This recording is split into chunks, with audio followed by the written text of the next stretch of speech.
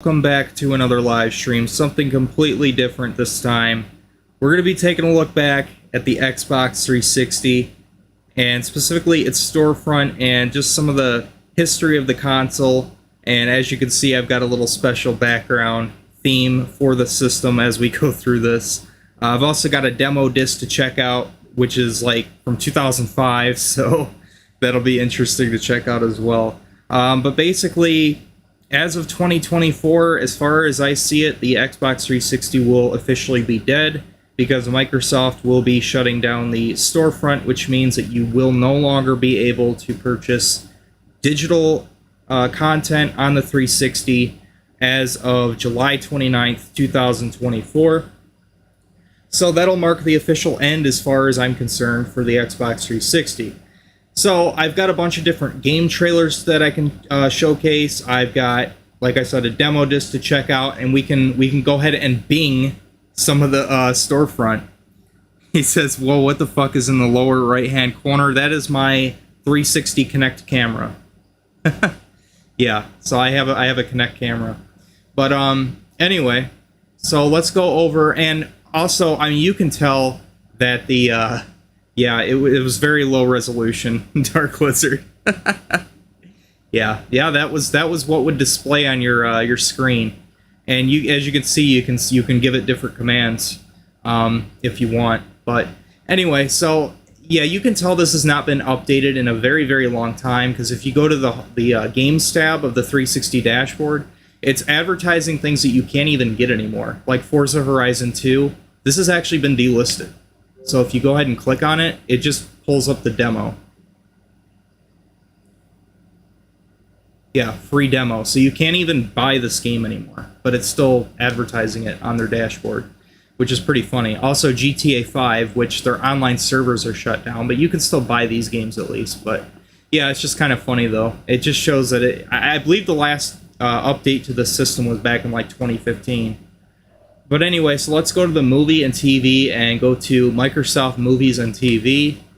Real quick, I believe this is also being shut down, this service. But as of right now, they're still updating this. You can actually still check out brand new movie releases. But specifically, I'm going to this tab so I can showcase some of the game trailers that I have on the system.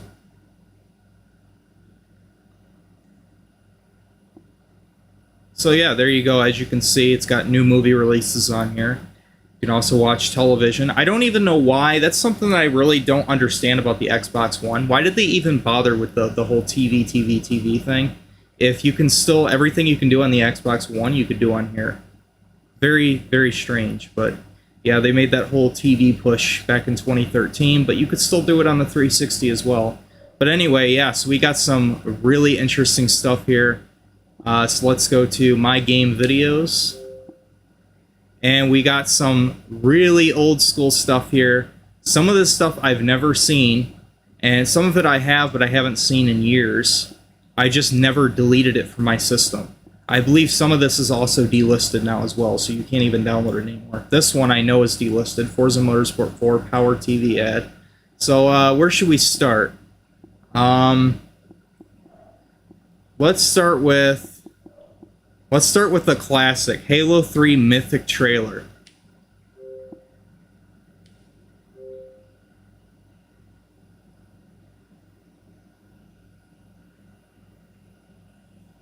Looking for something to add some spice to your multiplayer? Have we got the maps for you? Introducing the brand new Mythic Map Pack, brought to you by Microsoft Game Studios and Bungie, the makers of the Man Cannon and the minds behind the Shield Door. All three spaces in the Mythic Map Pack are filled to the brim with bone-crunching, brain-jarring multiplayer awesome sauce, and topped off with the tasty new achievements and the sweet hidden skulls you need to get started on your road to Recon. Check out Sandbox, the ultimate Forge playground. They say, if you build it, they will come. Well, we say, if you build it, come get some. The ruins of Sandbox are the perfect perfect place for some frenzied Team Slayer and frantic capture the flag action. First, you take a barren desert, surrounded by some rolling sand dunes, add in a chopper, a warthog, a couple mongooses, and you're ready for some vehicular manslaughter. Tell your infantry friends to hold still while you drop a tank on their heads. Achievement unlocked! But wait, there's more! Some people say the sky is the limit. Well, not on Sandbox.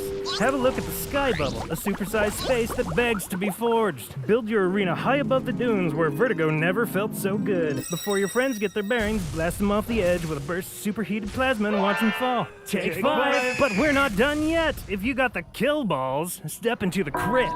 It's time to separate the genetically enhanced super soldiers from the boys in a knockdown, drag-out, free-for-all brawl. And once you clear the floor, grab your hammer and get ready for some swinging. It's crypt ball time! Remember, what happens in the crypt stays in the crypt. Celebratory crouching option. But wait, that's not all! The amazing Mythic Map Pack! Looking to throw down deep inside Covenant space? Check out Assembly. Man, this game had a killer online mode. And we're not talking R&B and sparkling grape juice here. Assembly is built straight up for some magical multiplayer action. Battle rifle, Covenant carbines, you know the deal. As a very special gift to you, we're adding an orbital at no extra charge.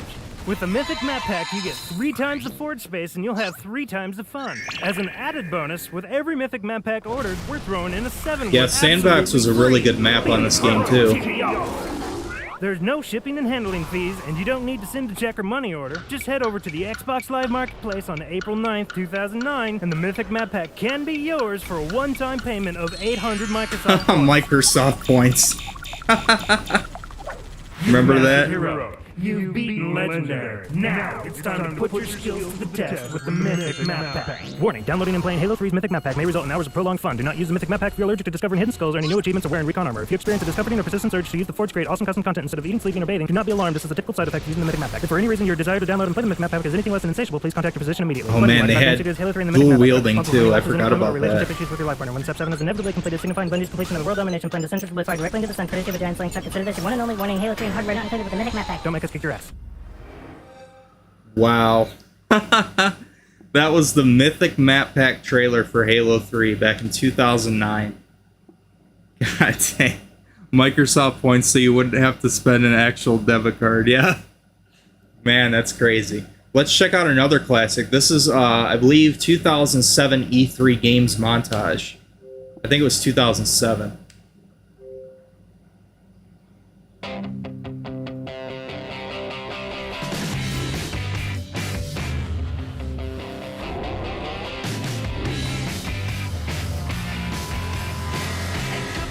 Oh, Project Gotham Racing 4.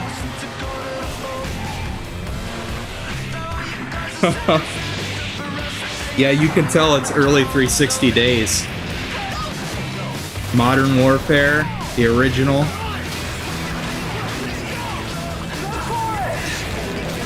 Never heard of that one before. Stranglehold by Midway. Oh man, this... Damn, this screams 2007. That was a fun game. I remember playing that on PS2. Lost Odyssey.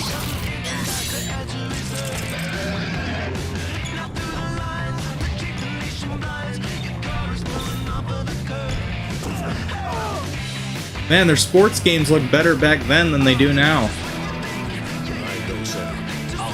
The original Mass Effect. Fatal Inherita, yeah. Oh, wow. Wow, Medal of Honor, man.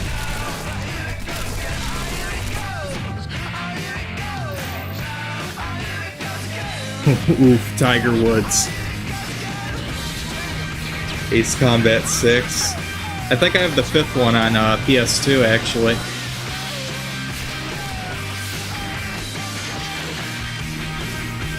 First Assassin's Creed.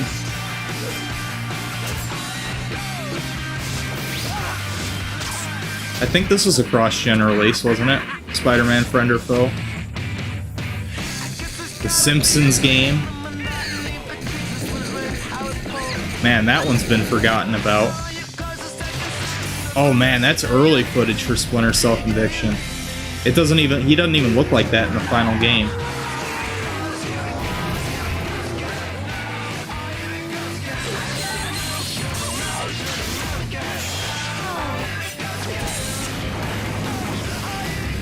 Man, 2007, man, this was a fucking hell of a year for gaming.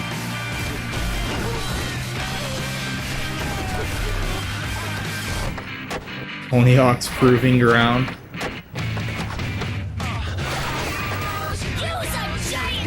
Another Crash game. They don't make Crash games no more. Harry Potter game.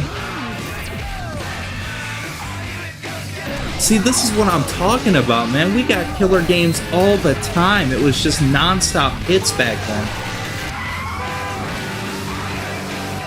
We don't get this no more, man. Now we gotta wait like 20 years for a new release. And they're often garbage at launch anyway.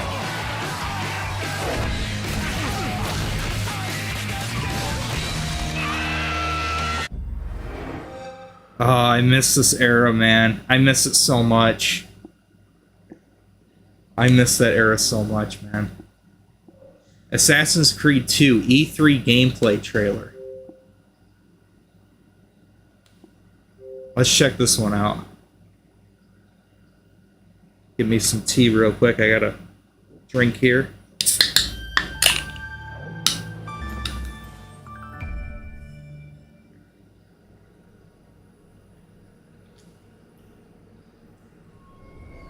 After the success of the original Assassin's Creed, our ambition is to build upon the uniqueness Holy of the first shit. game, but this time on a much bigger scale. Can you tell this is Our priority is to offer 2009 variety internet in all the footage? compartments of the game. And here we are, Venice at the end of the 15th Look at century. that bit A rate. new My time god. period, and a new hero, Ezio Auditore de Firenze.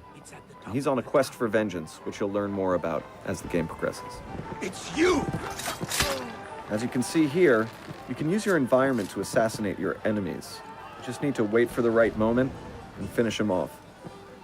The crowd is still one of the central focuses of Assassin's Creed 2. And of course, we've adapted its look and feel to the Italian Renaissance. This Venetian carnival is a custom we wanted to include in our game. Oh man, the screen tearing too. Oh man, that's wow. Yeah, the performance in the Now I'm final headed game to was the a top lot of the better. tower, where Leonardo da Vinci is supposed I can to tell have this left is a little running really something bad. for me. Ezio is on his way to kill Carlo Grimaldi, one of Italy's most notorious evil men. He's hiding in a seemingly impenetrable fortress. Oh yeah, I remember in this Ducal mission. Palace. Yeah, this is where you use Leonardo's flying machine, right? As we mentioned before, assassinations are now virtually possible from everywhere. You want to make it possible in any situation, in any environment, to take out your opponent. From this top position, we can see the whole city of Venice, and in the far distance, you can see the famous Plaza San Marco, our ultimate destination. So this is the surprise left for me by Leonardo da Vinci, the flying machine. Shoot! Shoot the flying demon! This new sequence shows I how remembered well the it's played line. with some what-ifs of the time period. We tried to anticipate what would have been people's reactions. Oh if man, the Leonardo da screen Vinci's tearing is flying machine actually really did bad work. though. Here's the Rialto. Looks like the crowd is quite frightened by my flying machine.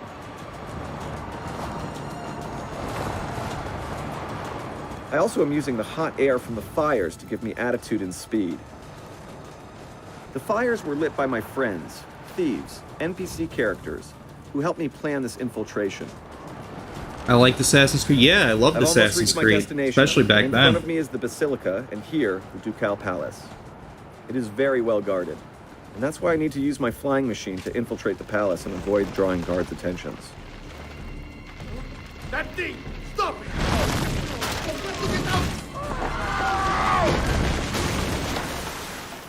Il diavolo! Il diavolo è venuto a portarci via!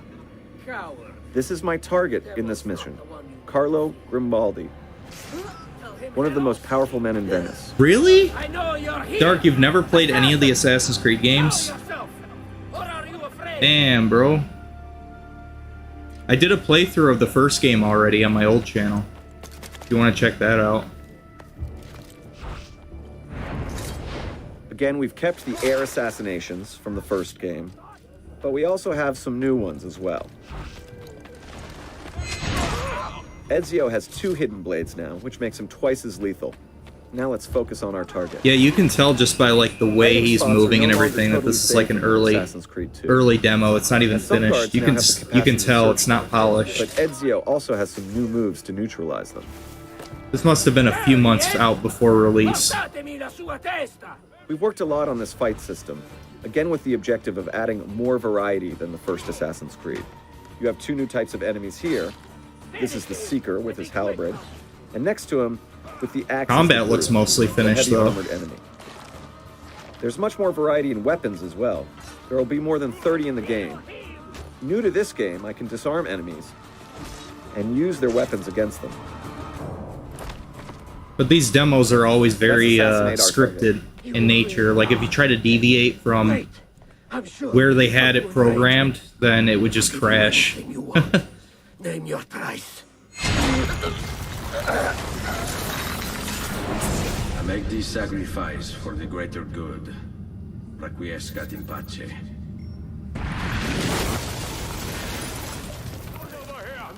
We've successfully killed our target, but the guards are alerted.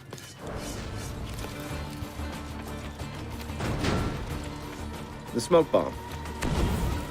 Very efficient when things get a little hot. Very efficient Now, for let's escape crashing by your diving frame into rate the too. This ends our demo today. This is really a first glimpse at the new diversity Wow. of the Assassin's Creed experience. You have seen new gameplay types, new ways to Holiday assassinate, 2009. new moves and weapons in fight, and believe me, this is only the tip of the iceberg. Thank you. They didn't even have a confirmed release date yet. So I was impressed seeing this back then. Oh yeah, back then it was very impressive. Got my Xbox 360 Elite back in December 2008. Nice. Yeah, I've got the I had the launch model that got a Red Ring of Death. So then I got an Elite. I replaced that with the Slim, and then last year I replaced the Slim with a 360e model. And this has got a 500 gigabyte hard drive on it. So this is basically the best model you can get. Anyway, let's check out the Power TV ad. I'm pretty sure this is actually delisted now. You can't even download this anymore.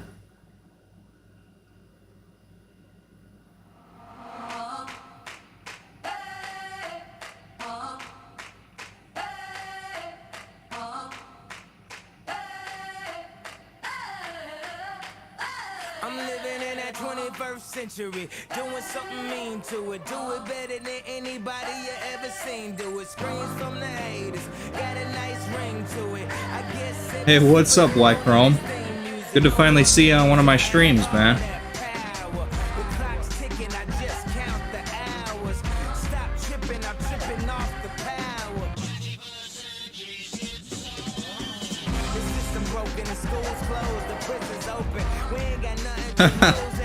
Kinect head tracking and voice control. Yeah, I will say the Kinect was actually very impressive at the time, though. Like the technology behind it, that was like, man, that was like 10 years ahead of its time. Kind of an early glimpse into virtual reality there.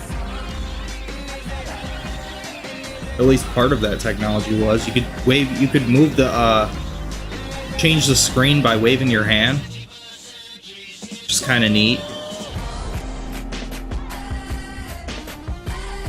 I mean, yeah, it's pointless. It's like it's just a gimmick, but Xbox 360, starting at $199. yeah, for the 4 gigabyte model though. That's not you're not really getting a deal on that. Did you see that at the bottom in the captions there? It said this is for the 4 gig model. What are you gonna do with the 4 gig model? Oh, I feel bad for the poor sucker who bought a 360 back then and then had to download GTA 5 and couldn't download GTA 5 because they only had 4 gigs flash storage on their system. So they had to go out and buy a hard drive. Because that's something that people I think forget about a lot of the time, is that on the later release 360 games, you actually had, it'll tell you on the case, it says hard drive required. It wasn't optional. You had to have a hard drive. For the early games, you didn't. You didn't need a hard drive. It was completely optional if you wanted to install the game or not. But anyway, let's check out GTA 4. Trailer for that.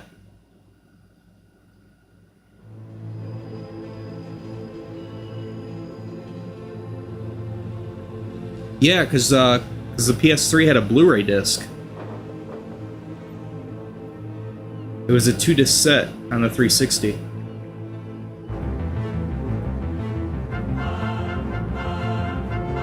And you could tell they were really proud of their night and day cycle.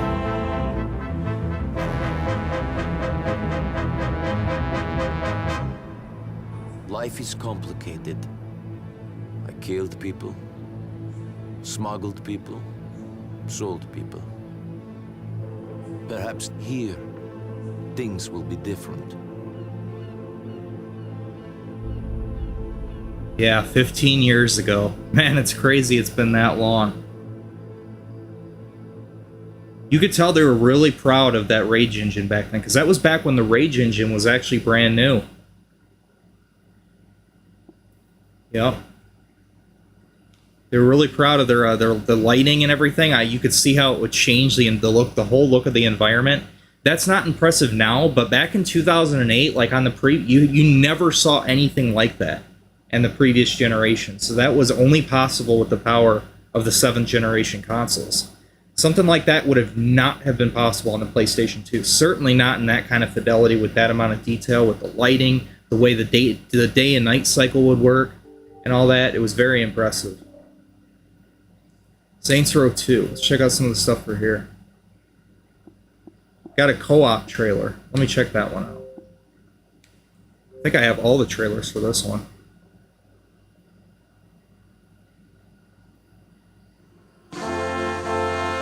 This election season, it's time to lay aside our petty differences and band together as teams for the greater good of society.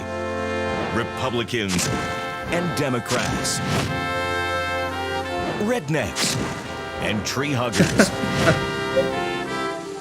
Cops and robbers. Pirates and ninjas.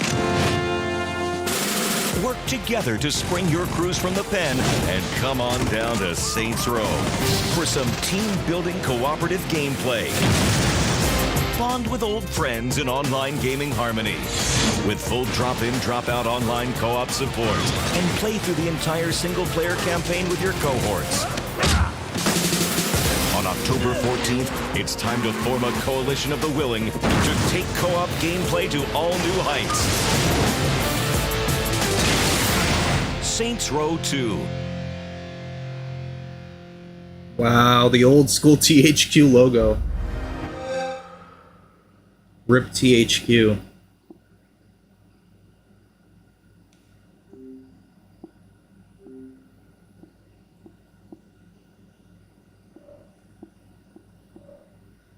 Let's check out the Lost Odyssey advertisement. Rated T for teen.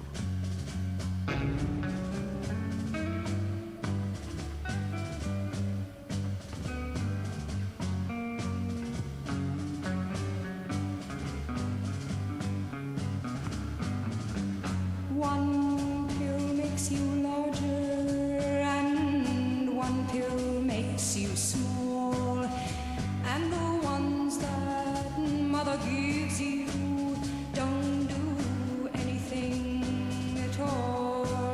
Go ask Alice when she's 10 feet tall.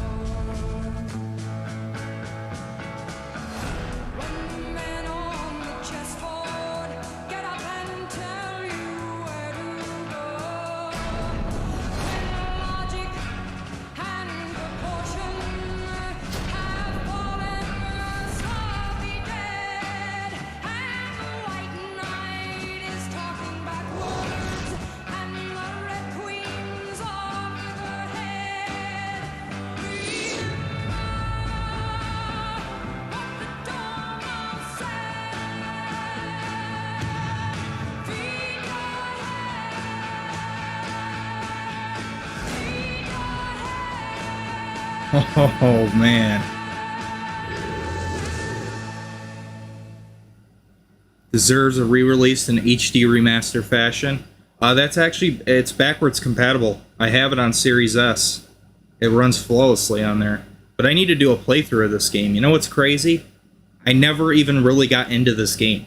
I own it. I own it on disc physically, and I own it digitally. And I haven't played it yet. I need to. That's on my list for sure. Got Assassin's Creed 4 Black Flag, but I want to check out some of the earlier Assassin's Creed stuff before I jump into that one. Let's take a look. Now, this is definitely like 360 territory right here. Avatars up close. See, I tried to get like a lot of just exclusive 360 stuff. So, this is definitely 360 exclusive. It's one of the things that's going on with this Avatar system. It's one of the things I get so excited about. We make it, number one, very easy for titles to include avatars in their games. It's basically plug and play. We're not trying to build avatar or clothes that looks like a toy. We're trying to extract the elements of reality and then project that as in a stylized way. You'll see them in the dashboard when you turn on the system. You'll see them in your friends list. You're going to see it in games all over the place. You'll see avatars on websites. Really, the number of clothes ultimately is going to be limitless. You'd expect to see new clothes released in the same way you'd go into a shop and you'd see the summer fashion, the winter fashion. You're going to see the same thing here. Just think about it. Thousands and thousands of pieces of content made available to users to constantly go out and view, change, win in games. It's just a never-ending thing. The power isn't just in seeing one avatar. The power is when you see these things together. Where else besides Xbox Live could you introduce the concept of an avatar and it immediately become a community of 10 million avatars?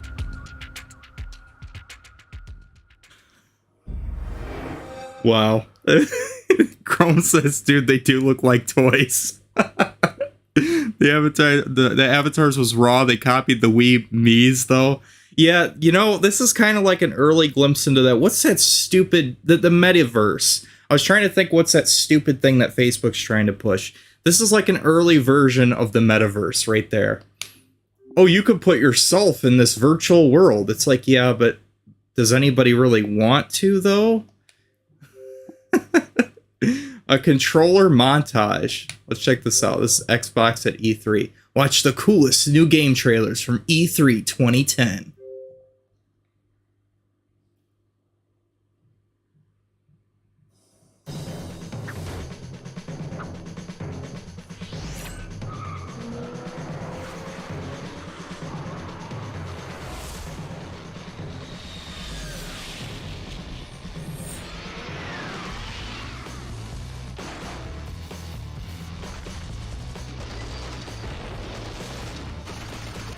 This is another, like, game showcase, it looks like.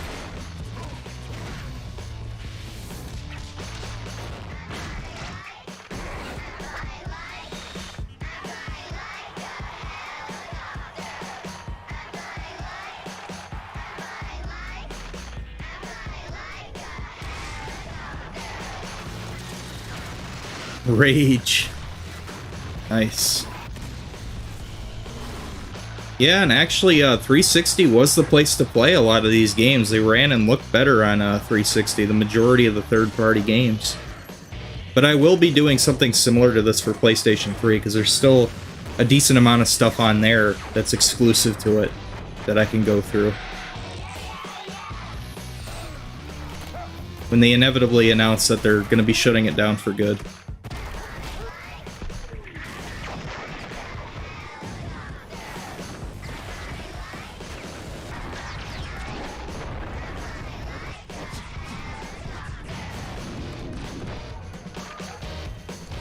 Didn't they make a PlayStation 1 version of that game, though? The Toy Story 3? I guess that's like a remake of it. Never knew they did that.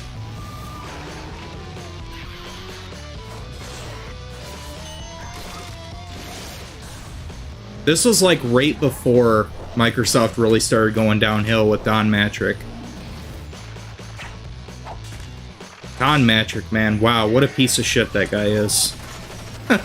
No, I'm not sorry for saying that. The things he would say was just so outlandish. Phil Spencer is doing a much better job running Xbox.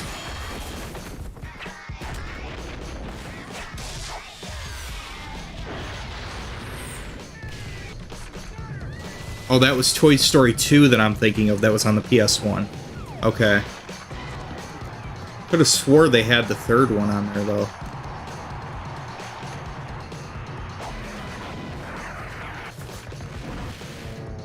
I swear they had all three of them.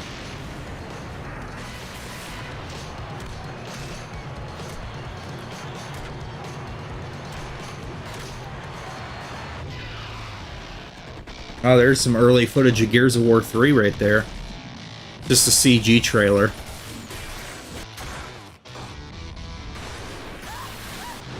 Slaved Odyssey to the West. I've never even heard of that one. Oh, that's the first Homefront game, the original Homefront.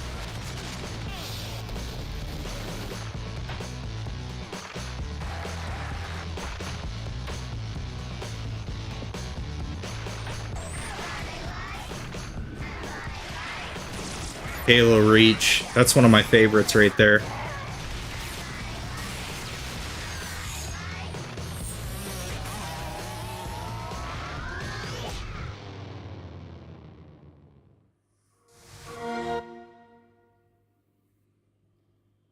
Gears of War. Call of Duty Black Ops. Now, obviously, this was like a must-play game on the 360, right? If you had a 360, you definitely had Call of Duty along with it.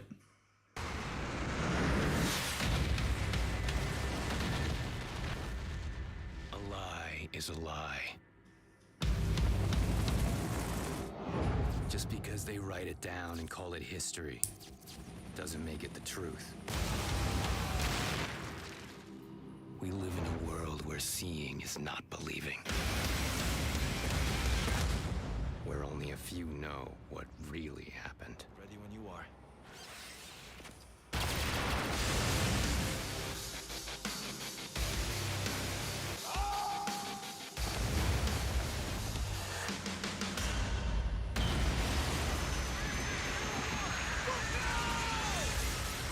We live in a world where everything you know is wrong.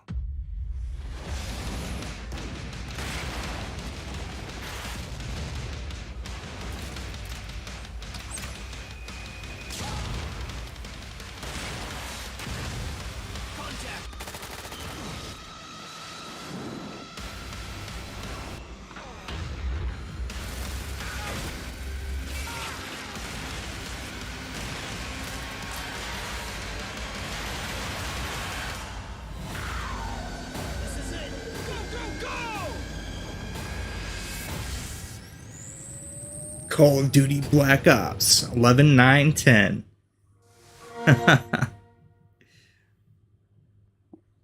Wow.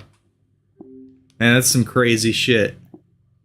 We got Dead Space, the first Dead Space game, showcased at E3.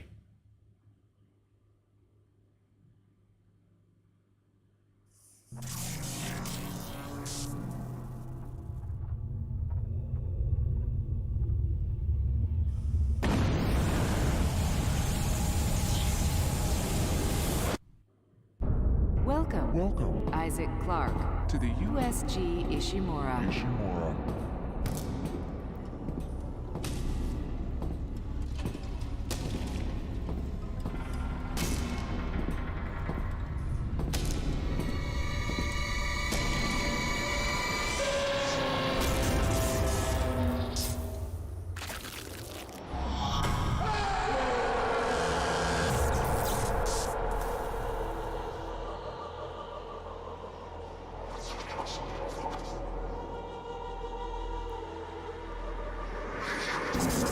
Yeah, this is another game that's backwards compatible on Xbox. Cancel. My Kinect heard me.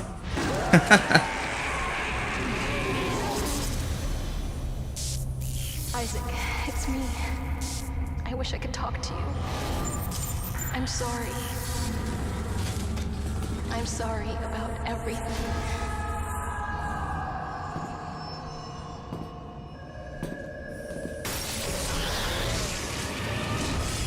Oh, really? The remaster of this came with bugs galore? That's unfortunate.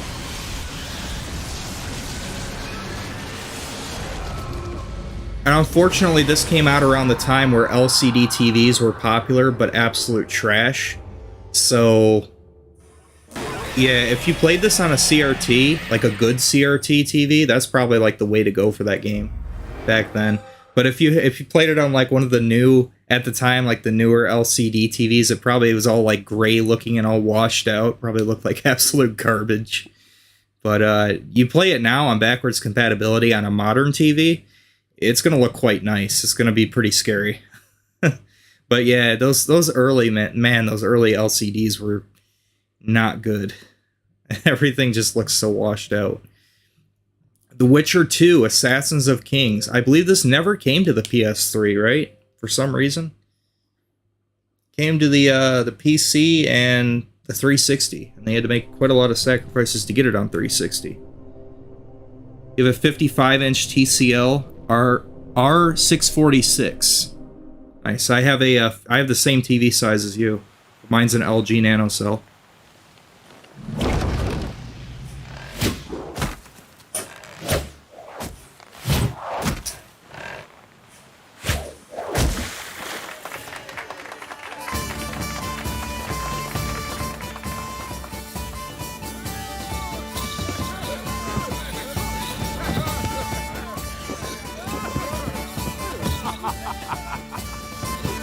You had to make up your own entertainment back then.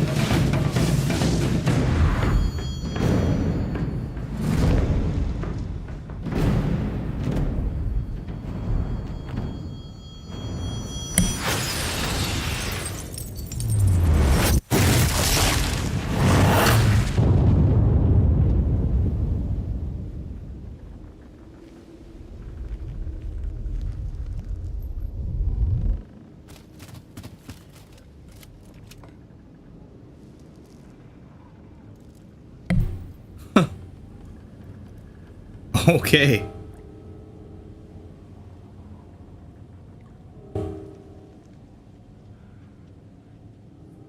Froze like half the ship.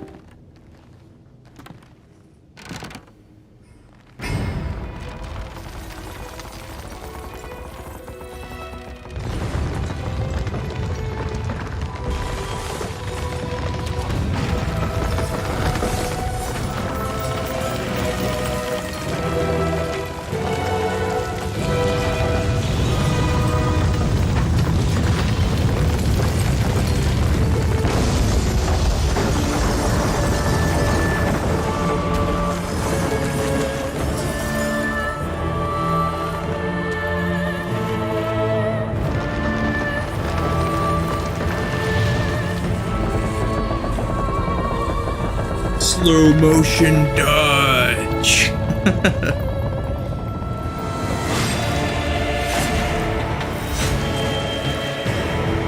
Ooh, shit, he's good.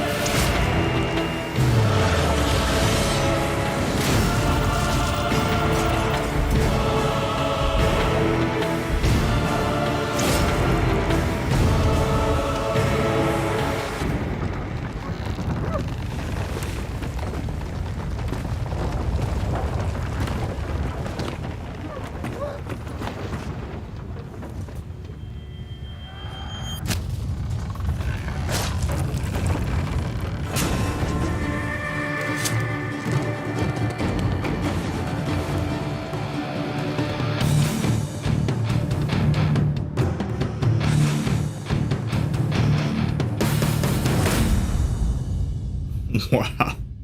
This is another game that's backwards compatible, by the way.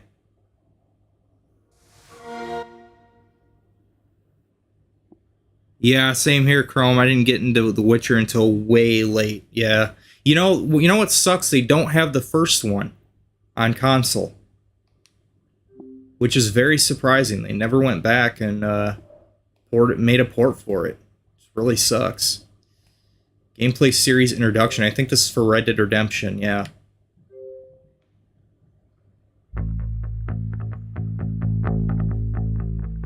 which was definitely a lot better on In the early years of 360. the 20th century, the lawless Old West was in its death throes, as it was crushed by the twin forces of encroaching governmental regulation and new technologies. What is it with these things? Hello? Rockstar Games set out to capture the essence of the West in their first open-world game set in a rural environment. Red Dead Redemption. The game attempts to foster a unique sense of organic gameplay and exploration, along with a powerful narrative and a huge cast of characters. One of the goals when designing the game was to create a seamless blend of action and discovery, where things can happen unexpectedly at any time. In order to make the game's rural setting work, the artists and designers needed to build an environment that looks organic and believable and teems with life, to ensure the player is presented with ever-changing opportunities. Yeah, this game blew me away when I first played it. I was like, whoa, like this is how the game looks. Red Dead Redemption encompasses a massive It was territory crazy, with man. At the 3 time, unique this regions, looked made up of towns insane. and outposts populated by hundreds of unique characters with their own personality characteristics and accents. I never stole nothing, sir. Never did, not in all my life. I needs the map, partner. I needs it. It is the story of partially reformed outlaw John Marston on the trail tracking down the remaining members of his former gang. After a period searching in the U.S., he ventures south of the border into a volatile region of Mexico named Nuevo Periso, a dusty border Yeah, it was just the area. scale of it that was just unbelievable at the time. Like, this kind of fidelity with this much scale Careful attention was paid to the insane. physics, from the muscles and movements of the horses to the proprietary technology used for synthesizing animations on I the fly. absolutely love the physics of this game The too. world is full of items, treasures, and weapons. With a thriving economy, merchants will buy and sell. Treasure maps acquired days earlier will point you to unique geographic features. Sheriffs will post bounties, and you can ride out and track down outlaws. I don't know what happened to the physics of GTA 5, but they were so much worse than this. Every action will affect John's honor and how he interacts with other characters. Like, look at that. You can actually use the physics to your advantage. You just shoot the legs and it knocks them to the ground. Shoot their hand, it would blow the weapon out of their hand. Capturing escaped prisoners, choosing That was to take a crazy. criminal alive rather than killing them will increase your honor. That was such a cool But mechanic. you're also free to take the dishonorable side in any dispute. Kill the prisoners, help the bandits, steal some horses, and your honor will plummet. But you might get a good deal wealthier in the process. Oh man, this makes me want to play this again. While in Mexico, Marston soon comes across charismatic rebel soldier Abraham Reyes, I'm going to be the next president of Mexico. a would-be messiah who hopes to lead his people in a courageous and foolhardy insurrection against the Mexican army. It's one of many spectacular battles in the game, requiring proficiency of pistol, sniper rifle, and even cannon. That, and a chance to use the Deadeye targeting Look at that. It looks different in this one, in this trailer. The result is a massive title that crosses genres and expands and innovates on the idea of the open world game. Red Dead Redemption from Rockstar Games. Well, I want to play the second one. I want to play the second and I want to play the first one. I got them both. Yeah, I actually have. I have this. It's also backwards compatible on Xbox, and it runs really well. Also, I wanted to say too. That reminds me. Screw this new port of Red Dead Redemption for the PS4 and Switch. $50 for like basically no improvements to the game. $50 fucking dollars. That is ridiculous. It should have been like $20 tops. I mean, it's a great conversion for Switch, but like, come on, man. If they were going to put it on PS4, like, that is a ripoff to charge that kind of money when you can get it on Xbox for next to nothing. Unbelievably stupid. So, yeah, just pick it up on Xbox. It's backwards compatible. It can be picked up for next to nothing. So,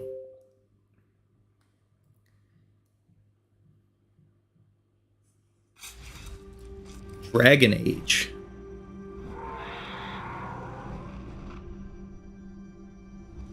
Which one is this? Is this the original?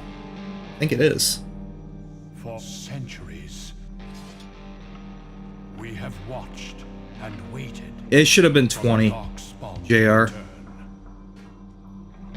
I feel like 30 would have been too much too. It should have been $20. Vigilance. In war. Victory. In death. Sacrifice. No, but we're talking about the new conversion to PS4 and Switch, Chrome. This is what it means to be a Grey Warden. I'm gonna play one of these Dragon Age games next year because you're the dragon, so yeah. Oh, this is Dragon Age Origins, okay. That's on my list. That is on my list. Join us. Also backwards compatible, by the way. Yeah, so what else? We got a Crackdown 2. This is a 360 exclusive. A blast from the past. Did I see the new Xbox One / Series S and X dashboard UI? Yeah, I've seen it. The city is infected. I like it. I like how they got the new tiles up at the top. That you can quickly get to the Xbox store and the settings and all that. And you can see more of your theme now, so I like it.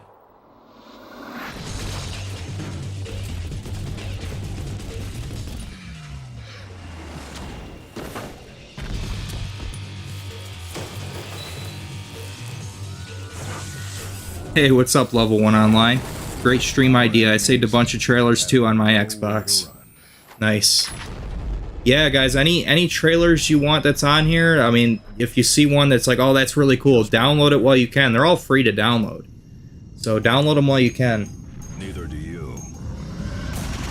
Next year, the whole storefront's getting shut down, so they'll all be lost to history.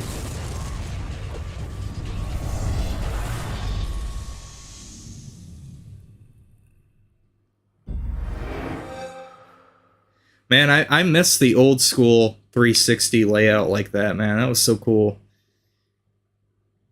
The old school design for the Xbox, including the dashboard. I thought the older dashboard was a lot better. Yes, I'm on the 360, yeah. This is the Xbox 360.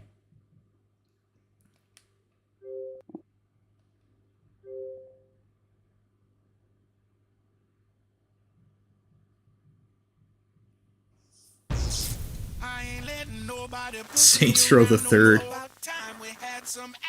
You can't sign into yours? Why not?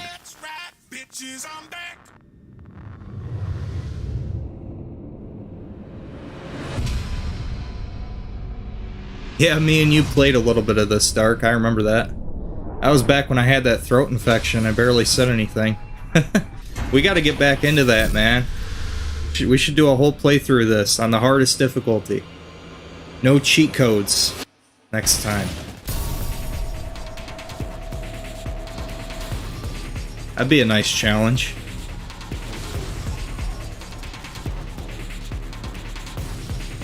I don't know, man. Whenever you're up for it, I guess.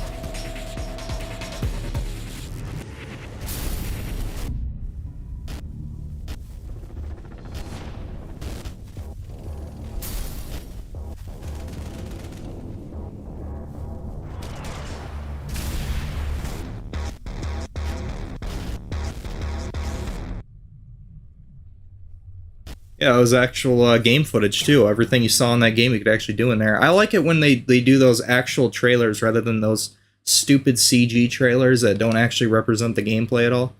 I much prefer when they're actually showing like real gameplay of the game.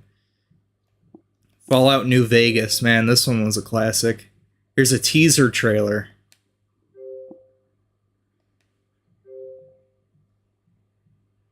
Curious how this is gonna look.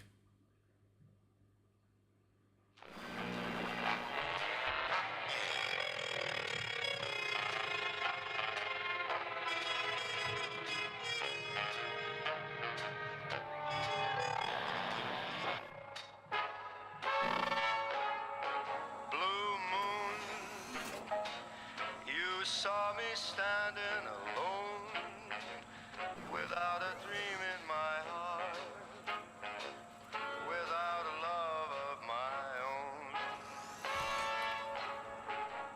Blue moon, you knew just what I was there for. To think just a few years from this, we would get the masterpiece that is Fallout 76. Oh, man. What a way to fall, Fallout.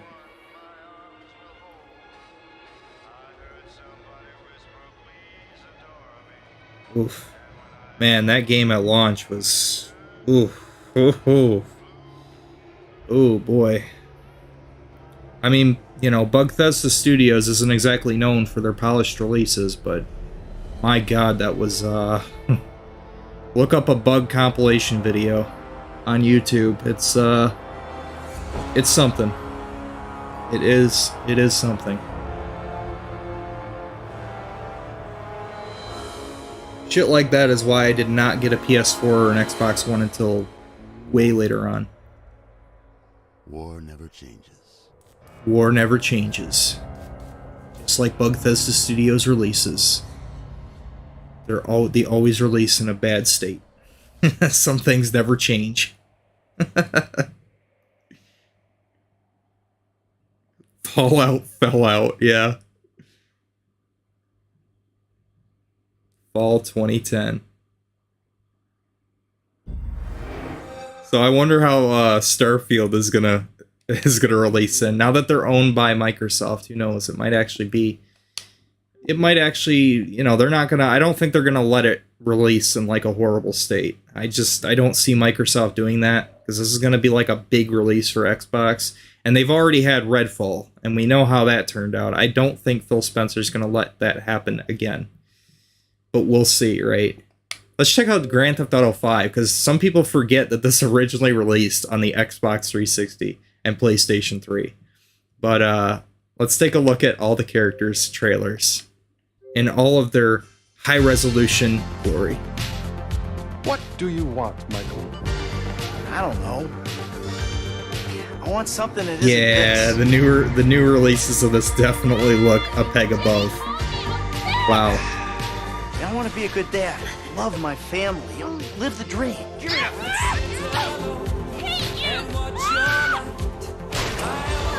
Why do I have to hold your hand through this whole midlife crisis bullshit? Wow, the lighting takes a real step down. But at the same time, I really want the other stuff too.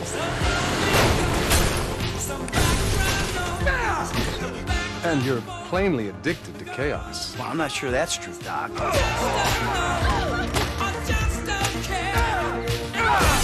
I'm rich. I'm miserable. Aw, poor thing. He's rich and miserable. I have to live in California. I think you need a new therapist. I know people were very hyped for this at release. And it's like now a lot of people are just so sick of it now. But back then it was like, oh hell yeah, everybody was so hyped for this. The hype was real. So here's Trevor's trailer. I ever tell you about Trevor? Major drug dealer. Real hillbilly type shit. Bring me my cocker, I'm gonna cut your arm off. It's the same old tune, fiddle and guitar. Back in town, baby, yeah! Please, just go and ruin somebody else's home furnishing. Rhinestone shoes and New in town, I'm making friends, all right? A lot of friends. I mean, things could get really messy. Just keep him away from me and the children. Nice new tits, by the way. What is wrong with you? Got abandonment issues. I see a shrink once a week. Give a shot, amigo. looking at the backside Boy, massage. No, I really Do you want me to get my dick out again? of me. But I don't think Hank done 'em this way. Oh wow, Dark Blizzard says, He got a PC because of Grand Theft Auto 5. Why though? I mean, it didn't come out on PC until like a year later, right? So if you wanted to play this at release, you had to have a 360 or a PS3. Yeah, Rockstar is obviously not a fan of PC because of all the modding that people do. For some reason, they hate modders. So you giving me a lecture about not being a good enough gangbanger? That's all we got? That's our heritage.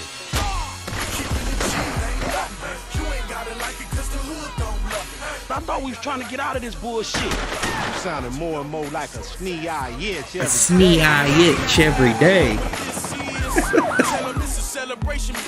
I sound like somebody trying to make some paper and not get killed. Oh, my bad, Mr. Gold Card. Courtesy of 100 beat. Got my tricks and essays and all three. Ah, gangster shit. You ain't got no respect. I got respect for reality. This is probably what got people the most hype. Yeah, whatever. Because it really reminded people of San Andreas. Let's be real.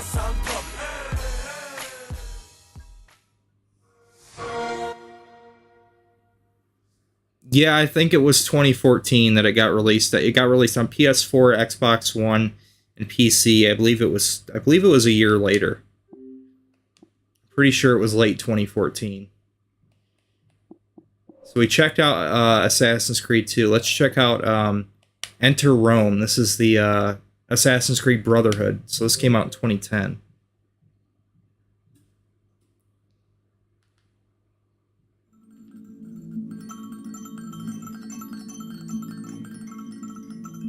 I have burned my tomorrows,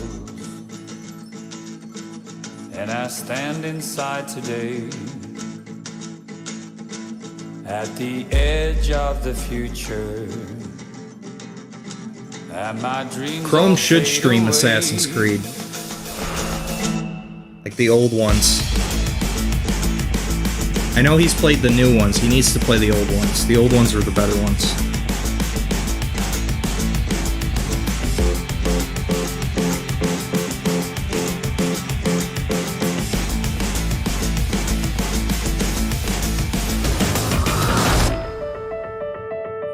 and burn my shadow away.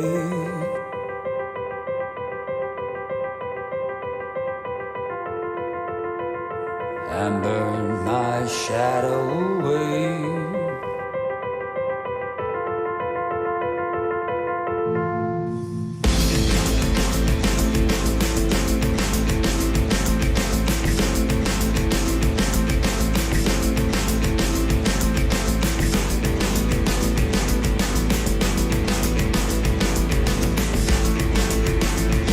I really like the way they did this trailer.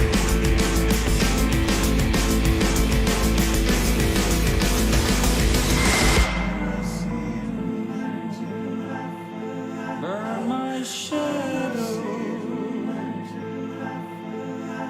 away.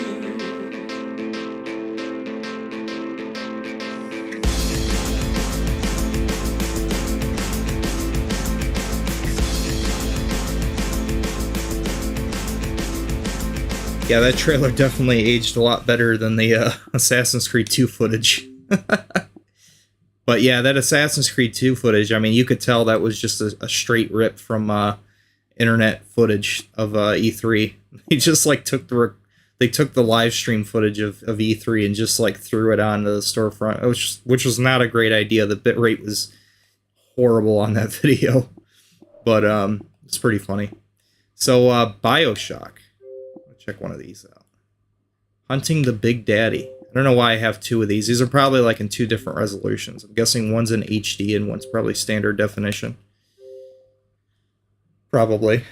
Hi, I'm Melissa Miller, content producer on BioShock for 2K, and this is a quick gameplay video called Hunting the Big Daddy. The goal is to defeat one of the incredibly powerful Big Daddies that roam the halls of Rapture. You'll also see some plasmids in action. Plasmids are instant genetic modifications that empower you with different abilities.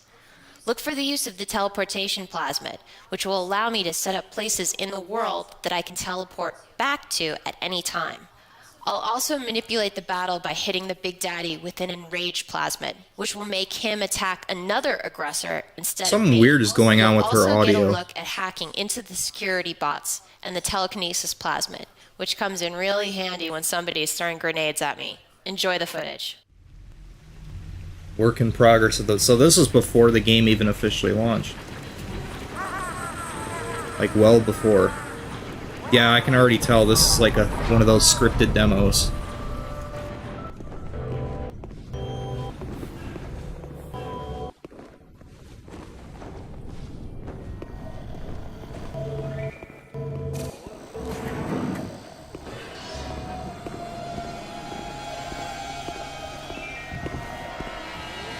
I tell you this.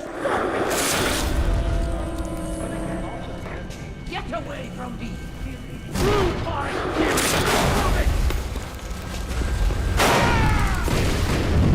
Man, this game is wild.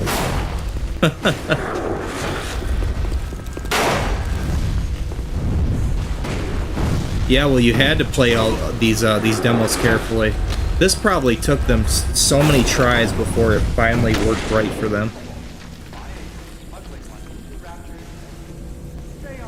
Because it was so easy to break these demos that were scripted specifically for E3. If you deviate just a little bit off the path that's specifically scripted to take place, it would just break.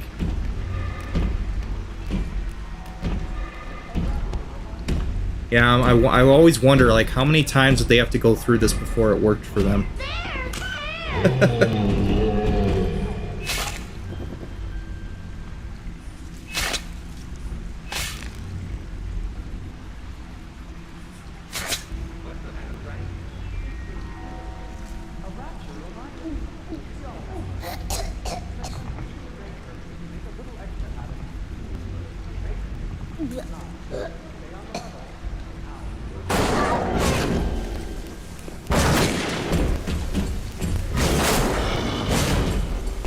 Man, I have no idea what the hell is going on in this game. I don't really remember it, to be honest.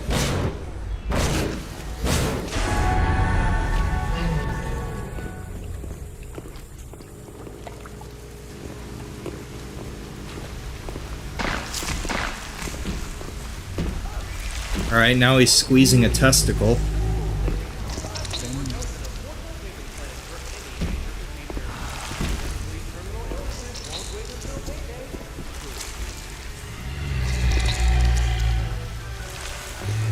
Yeah, like, this is the first game. It's not like I jumped into the third one. It's like them showcasing the very first game, and you're just left confused. I sure as hell am.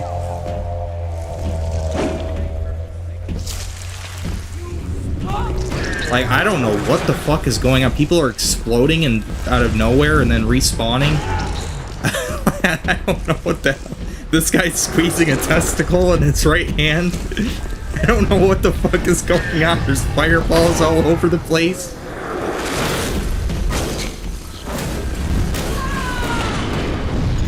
Oh yeah, it looks impressive. Like, all the particle effects everywhere and the amount of detail in the environment, all the flooded water and shit everywhere, the smoke from the guns and everything. Yeah, it looks pretty impressive. And I don't notice any screen tearing either, so it's pretty impressive.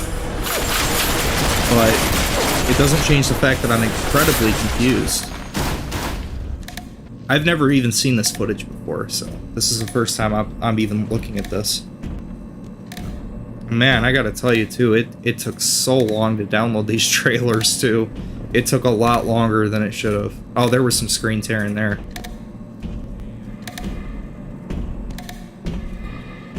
Yeah, the 360, man, going back from the Series S to the 360, it was like, wow, they've really improved downloading times over the years. It took so long. Like, I can download GTA, like, literally like an 80 gigabyte game in like 15 minutes on my Series S. But on my 360, to download a 6 gigabyte game, it took an hour.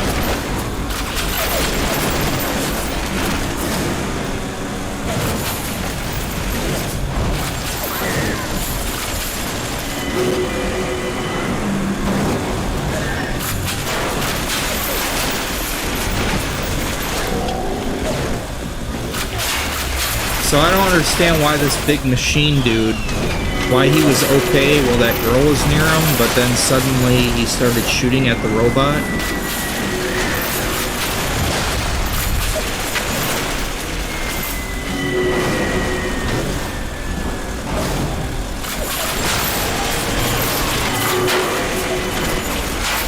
Now we got some psychokinesis from Destroy All Humans going on.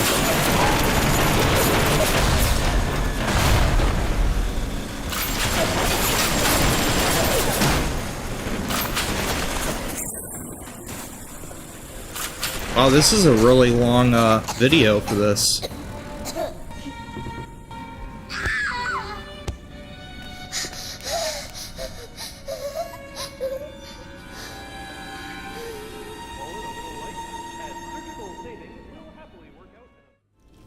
BioShock is a game that lets you make meaningful and mature choices. The grand question remains, will you exploit the citizens of Rapture to save yourself, or risk it all to become their savior? Huh. Wow, that was that was something, man. Early footage. Wow. I'm left incredibly confused, but at the same time intrigued. Like, I can't deny that. So what else should we look at here? Let's see here.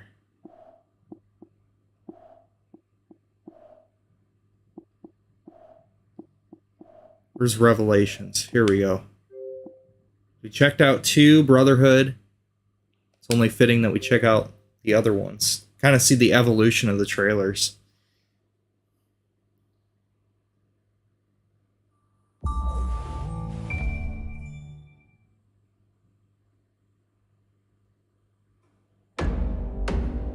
This one's got like that a very cinematic presentation to it. This game did look really good too on the 360 and PS3. Deep in the ocean, dead and cast away, where innocence burn in flames. 1,000,000 miles from home, I'm walking ahead. I'm frozen to the bones. I am a soldier on my own. I don't know the way. I'm riding up the heights. Oh shame, I'm waiting for the call, the hand on the chest. I'm ready for the fight and fate.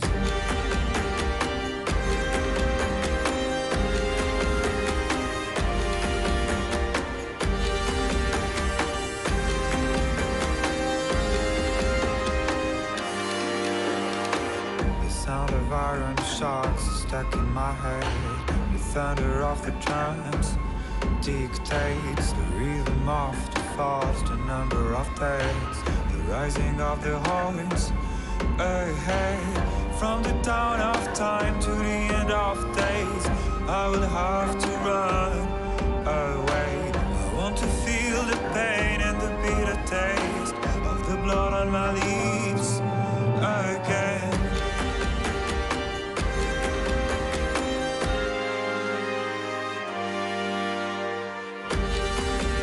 That was Altair from the first game. Yeah, this does look like a movie. It absolutely does.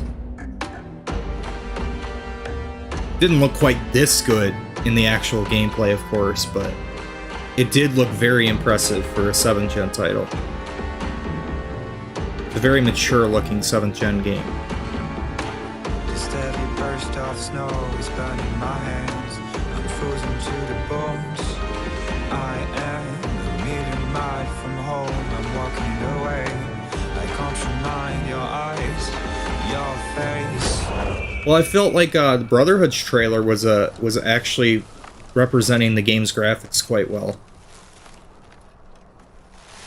Like I said, this one they went with a more cinematic looking trailer, so yeah, that's not representative of how the game's graphics actually look, but they were still impressive for the hardware, though. But you know, I gotta say, the first one, the first game, if it wasn't for the pop-in, if you play that through backwards compatibility, man, does it look really impressive. Outside of the pop-in. first game still looks quite impressive. Something weird though about the that game's audio, the first game. It's very strange. It's like everything has a very muffled sound to it. So I don't know what was going on with the audio for that game, but it was very weird. All right, so that was Revelation. Yeah, that was 2011. So Assassin's Creed 3 would be next. So this is showcasing their brand new game engine at the time, which is called the Anvil Next engine, which I believe is what they still use to this day.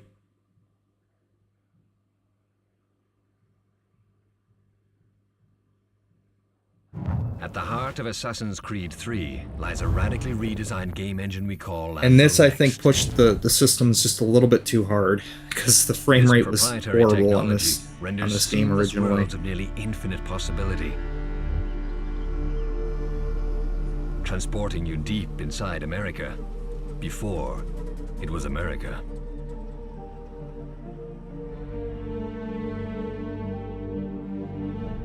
From vivid natural landscapes to accurate portrayals of life during the American Revolution, you'll experience the tumultuous reality of the birth of a new nation.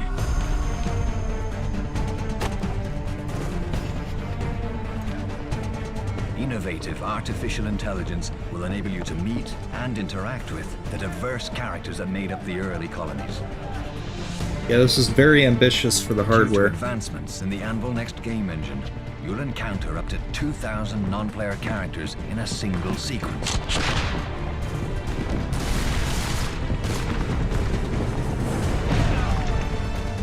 You'll travel on board and into the action, taking your place in epic sea battles where wind and water simulation force you to assess sea conditions as you battle your opponents on the open Yeah, ocean. see, Black Flag wasn't the one that started it, 3 was. At the heart of the action stands Connor, the conflicted hero of Assassin's Creed 3.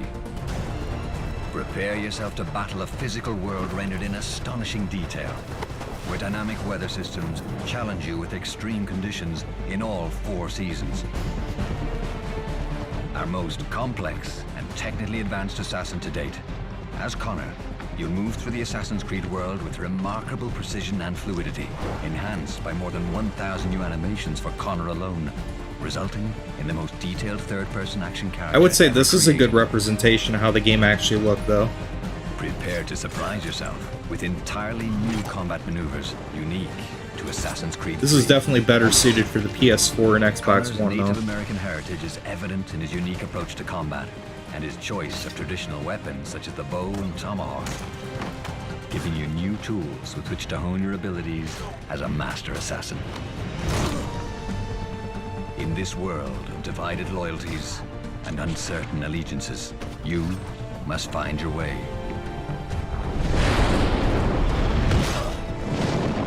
Welcome to the un-United States of America. A frontier to be tamed, a continent to explore, and a war to be waged. Assassin's Creed 3. Ignite the revolution. Yeah, so it's interesting. Assassin's Creed 3 kind of started that naval combat, and 4 just kind of refined it. I guess people like the naval combat of 3 so much that they just said, hey, why don't we already have this combat system for this naval gameplay? Why don't we just make a whole game around it? So that's what they did.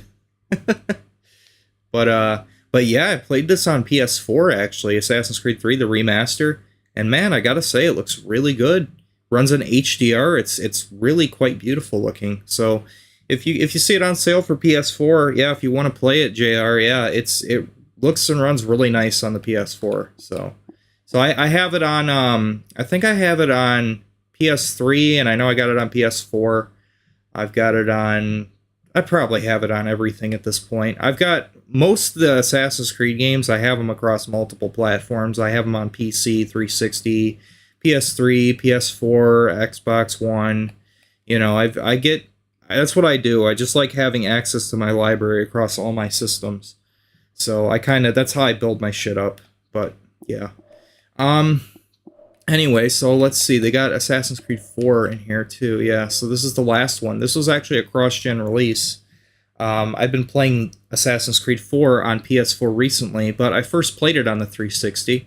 Actually, I think it was one of the first games I have on this profile specifically.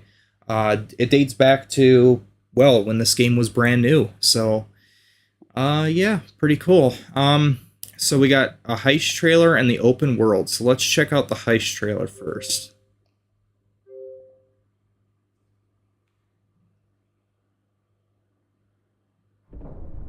Do you ever dream of the big score? A ship so full of gold and silver, you just split it and sail home. We're onto something. I can feel it. Oh, you're right, Michael. Yep, Rogue was the last one. That was an underrated game, too, in my opinion. Raise a glass, lads. Here's to Certainly better than Unity was. women of leisure. It was short, but it was good. The Cuban governor himself is fixing to receive a massive gold from a nearby fort. Actually, Rogue was leads right up to the start of Unity, too. Fun fact. It's just sitting there,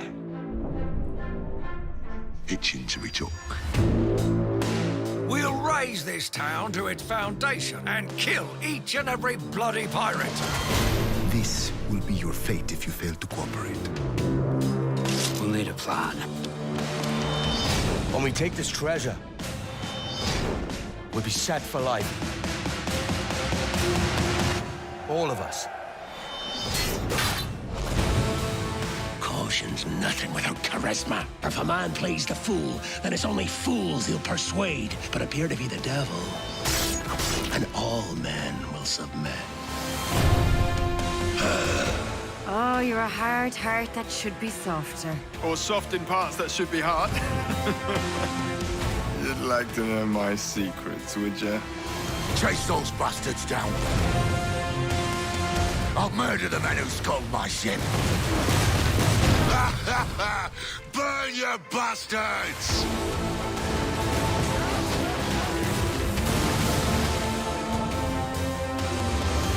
Dear lady, what do they call you? And when they're sober, but never lady. And let fall the courses, lads. We're sailing for Jamaica. All those in favor of storming this cove and taking this ship, stomp and shout aye! Those who oppose, whimper nay. Stations, lads! Today, you fight for your lives!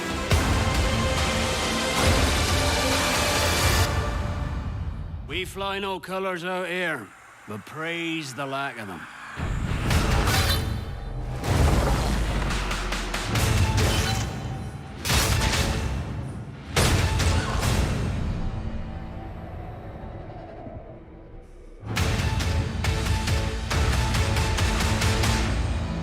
This one's yours. Fly it proud. I heard that they might be working on a remaster of this game too. Pre-order now for exclusive in-game missions. You got 9 more subs to go. 9 more subs for what?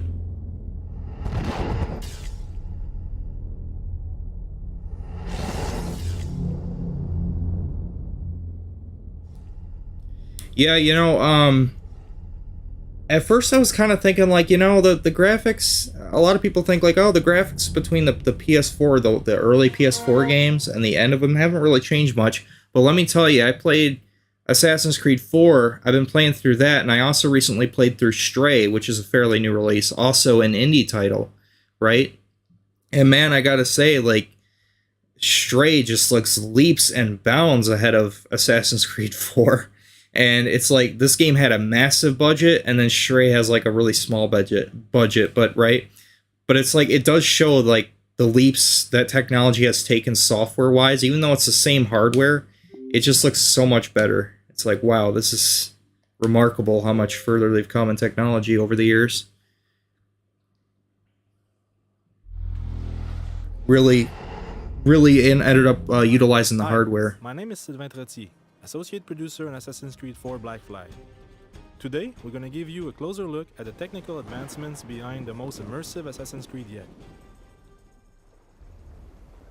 Our C engine is composed of many different technologies working together.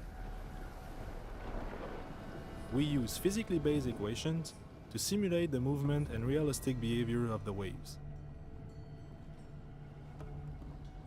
A complex shader recreates the multiple optical behaviors that gives the ocean its rich and moving colors. These technologies work together to create the most realistic virtual ocean you've ever seen. Our fully dynamic weather engine can make you feel the unique atmosphere of the Caribbean thanks to many different innovations. Rain is composed of thousands of individual raindrops, each one a particle that is independently lit. We use compute shaders to create dynamic ripples and puddles that react to the intensity and direction of the wind. We also use an innovative screen space reflection technology that accurately mirrors the world on reflective surfaces. Increased processing power allows us to use physically based volumetric fog that is computed in real time and that is also lit by multiple light sources. Yeah, that was a brand new technology at the time, the volumetric fog. I believe that was only on the next-gen version. Breathtaking weather scenarios. Our global illumination technology has been rebuilt from the ground up.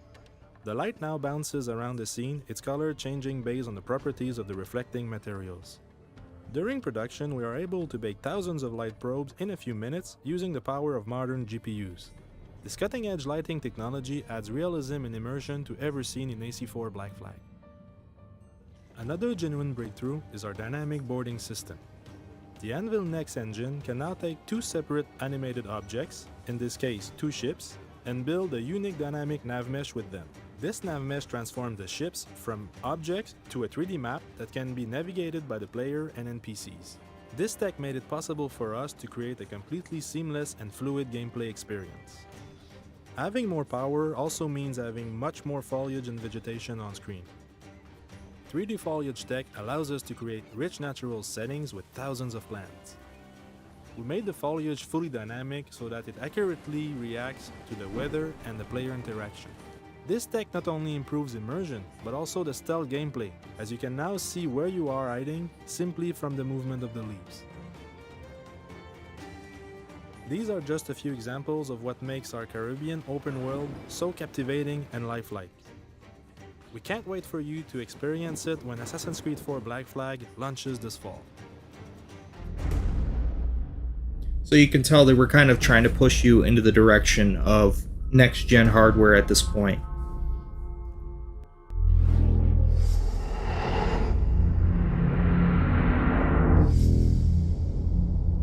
But still perfectly playable on the current gen hardware, so.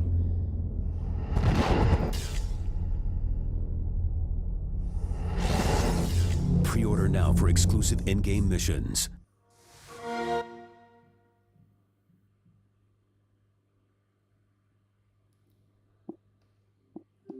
Alright, let's see what else we got here. Beyond Good and Evil HD Conspiracy.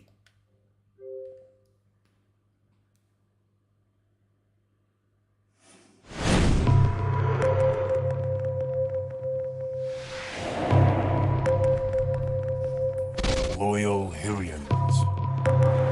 War has reared its ugly head on your planet.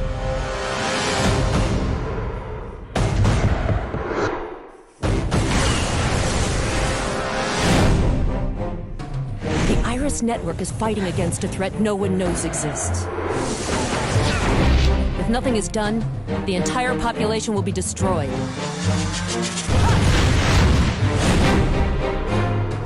Everyone thinks the Alpha sections are here to protect us, but they kidnap 10 people for every one that they save. The Alpha sections know that an uprising of the population would spell catastrophe. And that's exactly what we need to do.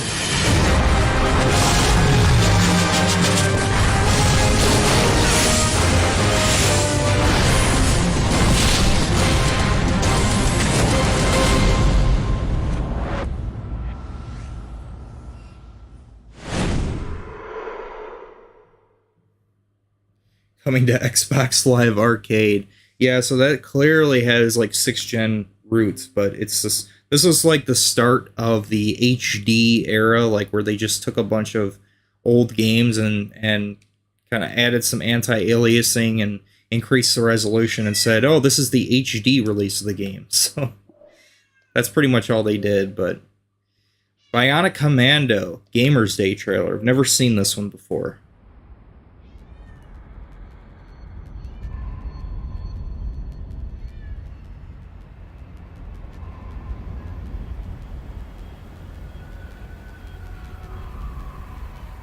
Forces dormant since long.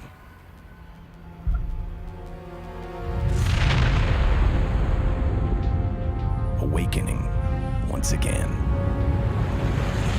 Our towering pillars of steel and stone wiped out in the blink of an eye. I've been waiting for this day.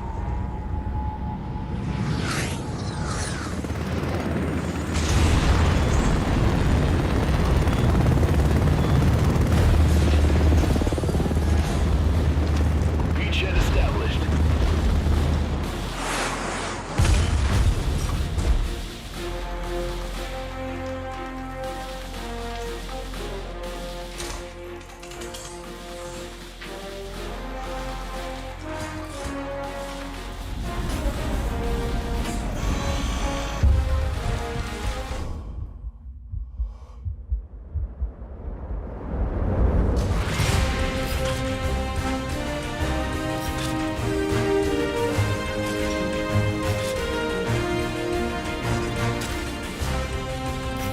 Kind of reminds me of Spider-Man.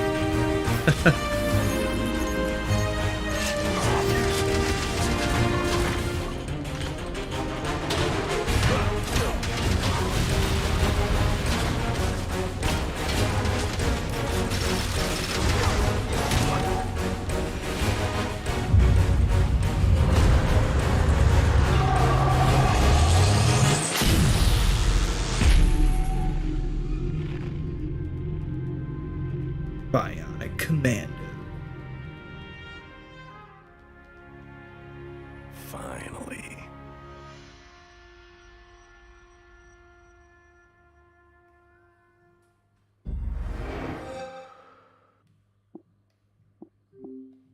Alright, what else we got here? Funny, I played Need for Speed Undercover on the Xbox 360. Nice. So I'm not sure why this is called controller montage when it was something completely different, but yeah, that was kind of weird. We got a Halo 4 trailer. Now come on, we gotta show this one. It's Halo 4. This is back when 343 first took over the franchise. Right after Halo Reach.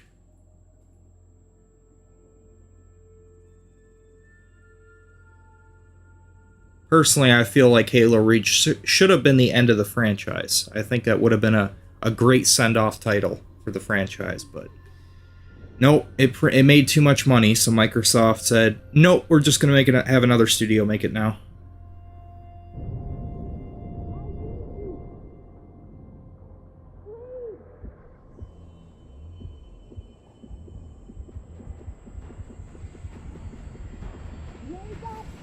Halo 4 from a technical perspective was very impressive. But I feel like it didn't need to exist though.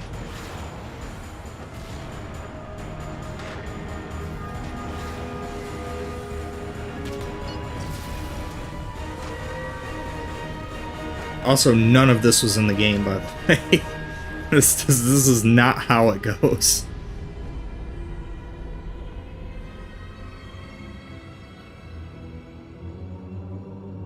So that was very much just a teaser trailer.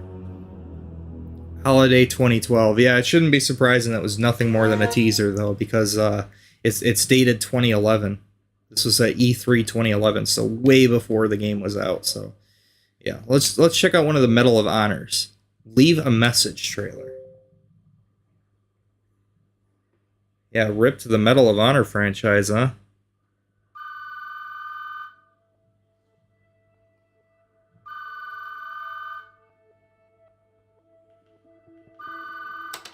Hi, you've reached the Patterson residence. Jim, Michelle, and... Hello.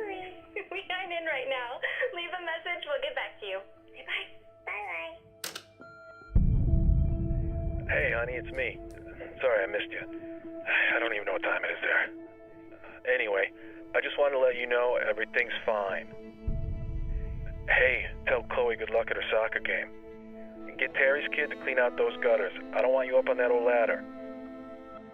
Look, I know you've been watching the news, but most of the action is in the north, hundreds of miles away. Our gear is collecting dust. It's just mud and bugs down here. We're finding things to do and staying out of trouble. If it does find us, our guys are tough as nails, and we're ready to get in the fight. But don't worry, we're Rangers. This is what we do. I love you and Chloe very much. Oh no, I am Jay. After this, I'll be home soon. I'm gonna play something. I've got a demo disc to check out. So I think this is one of the final Medal of Honors, right?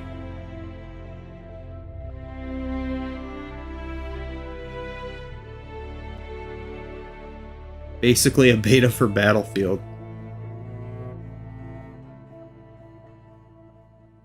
Yeah, wasn't it like a spiritual successor of sorts for Medal of Honor? Alright, there's one more I want to check out. I want to check out the Bayonetta TGS 2008 trailer. There was one after that, okay. Sega.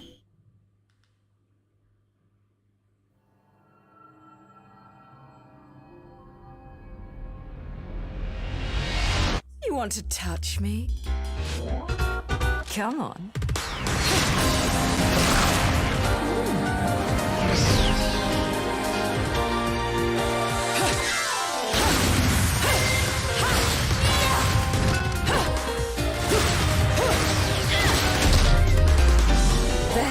Nice camera movements there.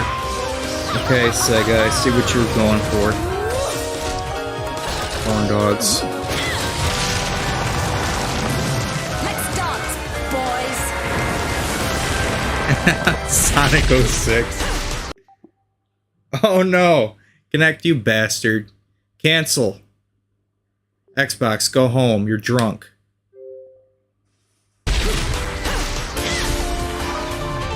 But I know they're real. I know the truth. You've certainly bloomed, haven't you, my little Cheshire puss? I'm not your pet. The name. How does she use her guns with her feet? Smell. It's the same smell that clung to the air the day my father was murdered. Which means I'm right on your doorstep, Bayonetta. Damn, she just decapitated that dude.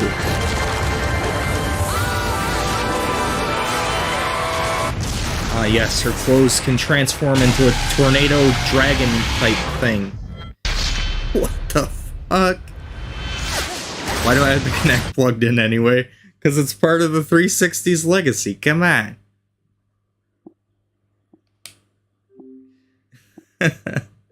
How many people have even seen that stupid little Kinect box at the lower right corner of the screen? I wonder how many people like even remember like, oh yeah, Kinect was a thing at some point. Alright, yeah, so there's other stuff here, but I want to move on because we've already been showing this for over an hour and a half now. So I'm going to move on. We're going to go back to the Xbox home screen. Yeah, Mike. See, Michael says, I've never seen it until today. Yeah, that's how it looks right there. And you can, if you wave your hand, I don't know if it's going to recognize that I'm waving. Yep, there we go. You can actually move the, if I can get it to work. I want to use this hand. There we go. You can actually use your hand to scroll around the screen. So there you go. That's a thing. Instead of using the controller.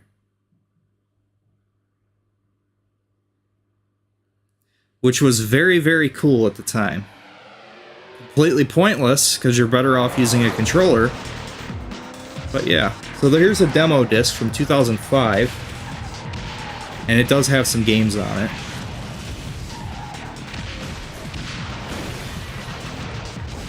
Yeah, Xbox 360 Wii Edition.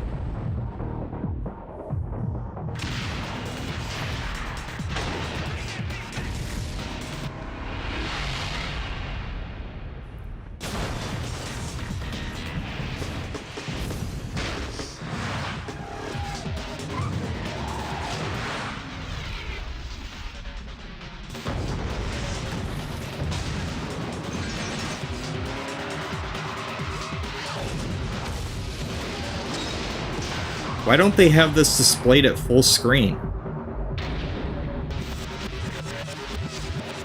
Why isn't it in this, like, weird bordered window? And now we're gonna rewind the footage because that's a cool 2005 effect, dude. Oh yeah, that's totally rad, man. I love how they rewound the footage there.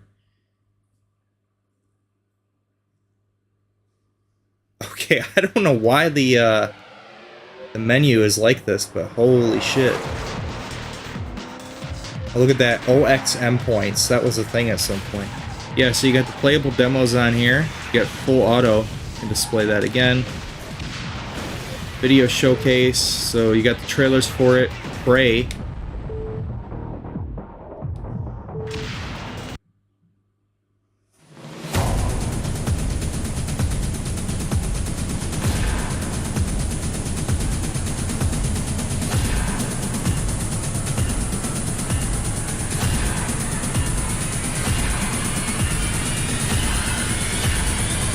I actually just bought this digitally on 360. I have it on disc, but it was on sale for $4 of Games with Gold, which they are still updating that list, by the way, even on the 360.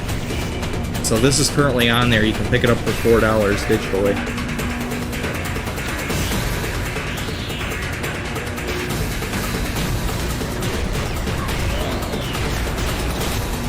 And I believe it's backwards compatible too, so that's pretty cool.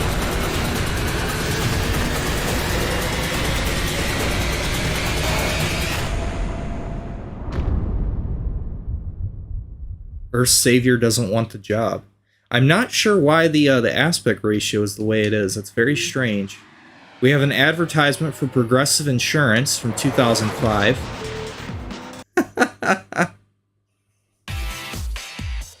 No matter what moves you, Progressive Direct is the insurance expert. For cars, boats, motorcycles, and whatever else you love to drive or ride, we're always focused on making things better and easier. Whether you're getting a quote or getting back on the road, visit Progressive.com.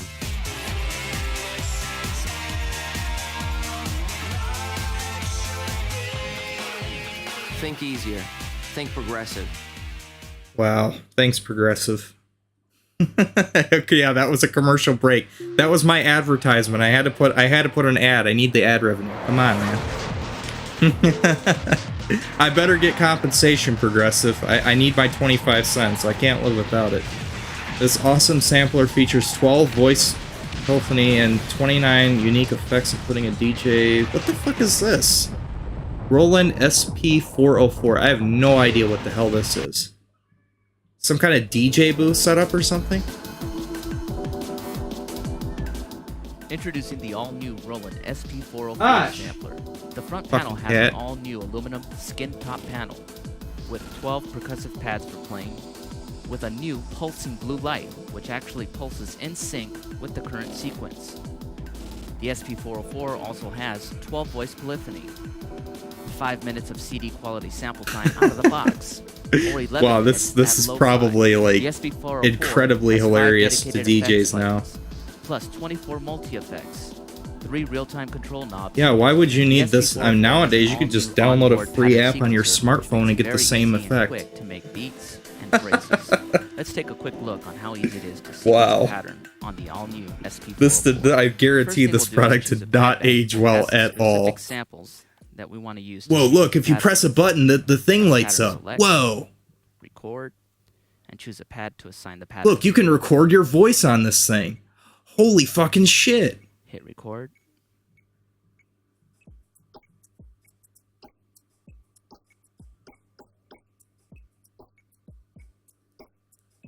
I can't imagine how expensive this thing was too. Then what I can do is press record. Nowadays you can get literally all these same effects from an $80 microphone. And audition like different samples. all the things that he's showing, like this is pretty much the same shit that I can do with my setup right now, without some giant box. Oh man.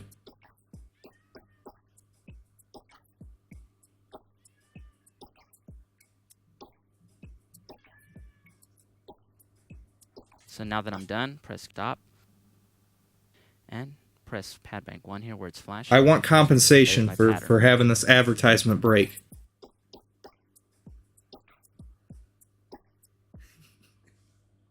All right, now we're back to the stream, guys. Did you have a nice commercial break? Locked content, Xbox 360 February screens. Each and every Xbox 360 screenshot we receive is a true work of art. This month, we feature shots from Saints Row and Fight Night Round 3.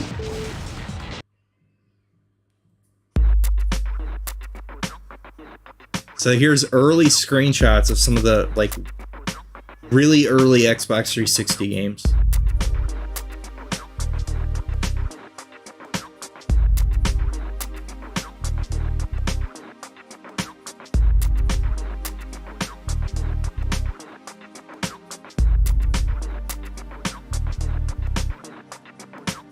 Well, if it was actually displayed in full screen and didn't have this weird, like, color filter applied onto it, it would probably look pretty alright for 2005. Some of these screenshots actually look pretty good.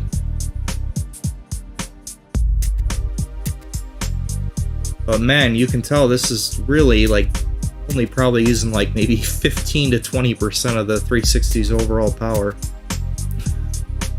They really optimized this system a lot over the years. Like from 2005 to 2013, it was just a lot of massive improvements in terms of utilizing the hardware and all that. I mean, man, this this looks like it could be an early, like this looks like it could run on the original Xbox, Saints Row,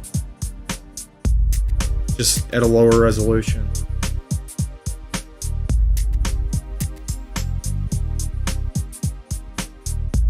Yeah, you can tell. I mean, it really is like it's like an original Xbox game upscaled to 720p. That's how a lot of the 360 games looked. Wow, here's some real early footage of this. Wow.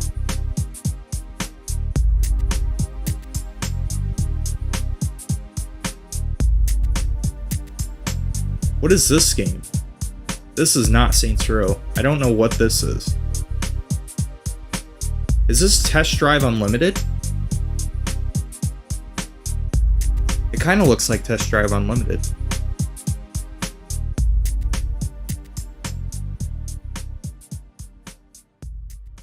No, I don't think that was Forza. That looks more like, yeah, I'm gonna go with Test Drive Unlimited on that one. I could be wrong. About this disc. Special thanks to Microsoft and the awesome peeps who made this disc happen.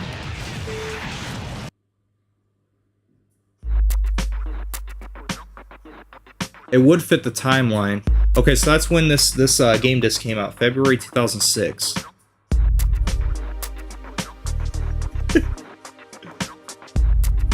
And yeah, the original Xbox was still officially supported at this time.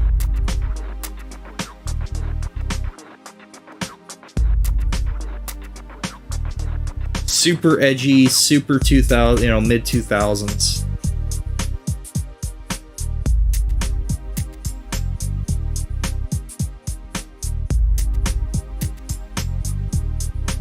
Special thanks to Infinity Ward. Oh yeah, for Call of Duty 2.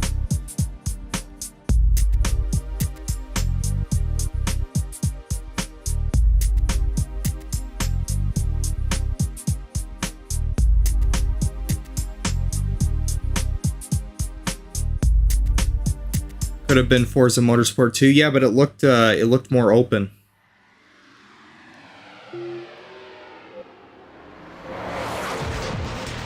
So we got a playable demo of Call of Duty 2 here. And I have completed it, as you can see.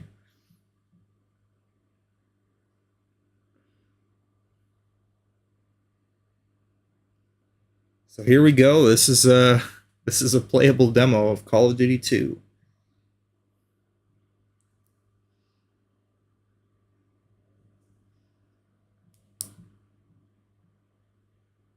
First Call of Duty to come to console.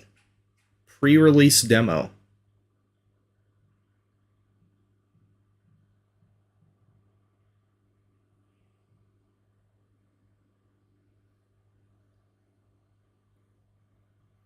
And we have an incredibly long loading screen. Yeah, so this game is actually backwards compatible, and it loads instantly through backwards compatibility. So seeing a loading bar is like, oof.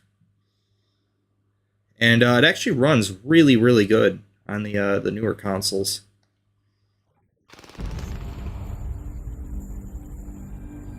Like, I played this on Xbox One, and runs really well on there. Locked 60 FPS just about, so.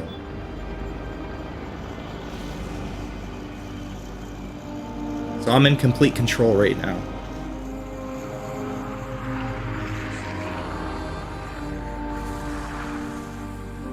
Oh yeah, that's that is 2005, ladies and gentlemen. Oh yeah, it does. All you have to do to get 1,000 gamer score on this is just complete the game, but you do have to do it in the hardest difficulty if you want all the achievements. But there's no, like, special requirements or nothing. It's like, you got an achievement, completed this mission. You got another achievement, completed this mission on the hardest difficulty. Oh, you got an achievement, you completed this mission. You got another achievement for doing it the hardest difficulty. And those are literally all the achievements in the game.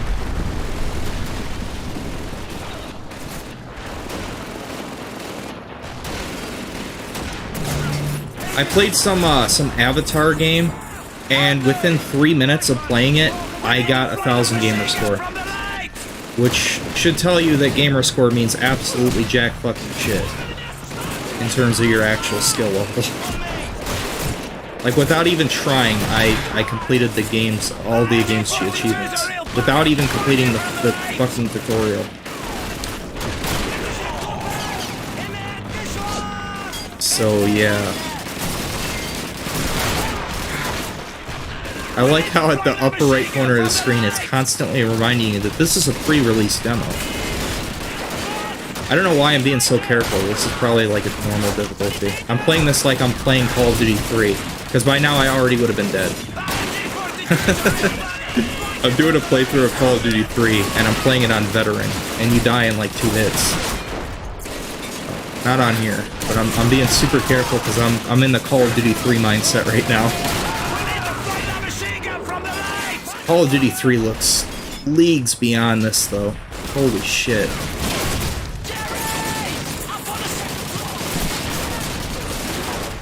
I got some smoke grenades. Let's pop a smoke and see how the smoke effects look. Everything looks very flat. It's just all very, very flat looking.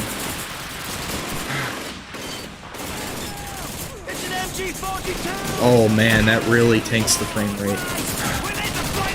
And it's just a 2D texture applied on it. You can see I can manipulate the smoke just by moving the camera.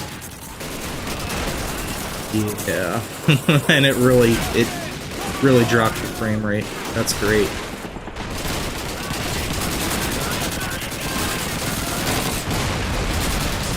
It's funny how this was like super impressive at the time. At least it runs at full screen. I don't know why the menus of this disc are like a bordered window. Get all the way down to.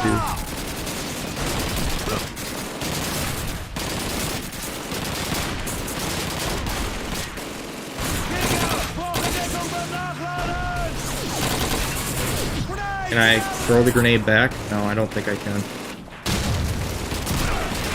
Oh man, it's 2005. It doesn't look too bad though. Like in terms of resolution, it looks quite crisp. Actually. Oh, what the hell he's doing? Well, he's dead.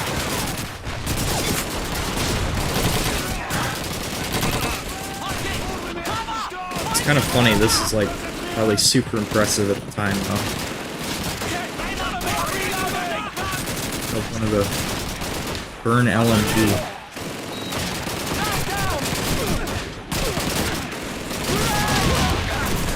Oh, they don't even have the ragdoll physics of the third game either. Still got that 6th gen drop dead effect. They all like planned the same way. Okay. Right stick is melee. Let's melee this guy. Oh wow, this makes me appreciate the technology in Call of Duty 3 a hell of a lot more. Because yeah, if you look at my playthrough that I've been doing of Call of Duty 3 on veteran difficulty, it looks like a decade ahead of this. But this game does have pistols in it, which is something that the third game doesn't have for whatever reason. Even, what do you call it? Call of Duty 2, Big Red 1, on the 6th gen consoles, it didn't have pistols either. But this one does. It's cool. I like pistols. Good work, Davis. I owe you. Location of your current objective is marked on your compass by a gold star. I can actually go in some of the houses here.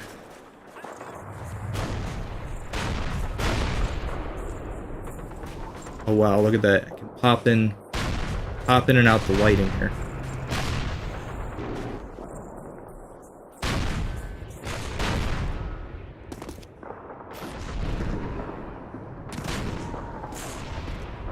In here.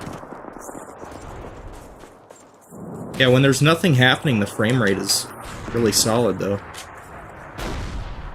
But as soon as combat or really anything at all happens, the frame rate doesn't, it drops below 60. I'm supposed to go here. It looks like I'm supposed to go through here, but it's nothing in here.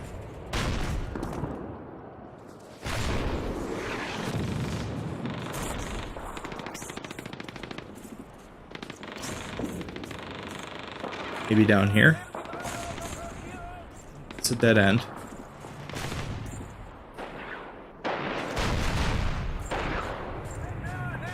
Maybe down here somewhere? Ah, here we go.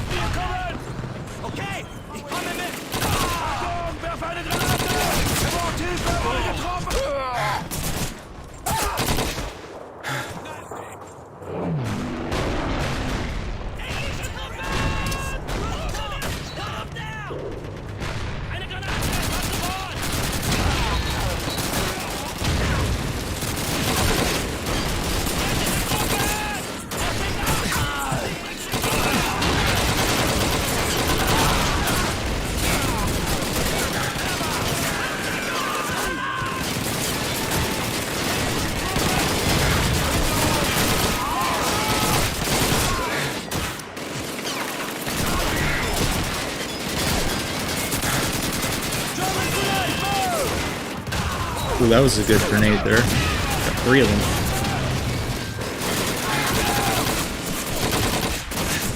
We're hurt. Yes, I've only been shot 30 times. Come on. Oh man, this must be at like the easiest difficulty level. Like, gamers suck. Just give them like a shitload of health and then let them recover all of it in like 2 seconds. Because we know that we know IGN's gonna be playing this, so just put it at the easiest difficulty and hope that they can get through it.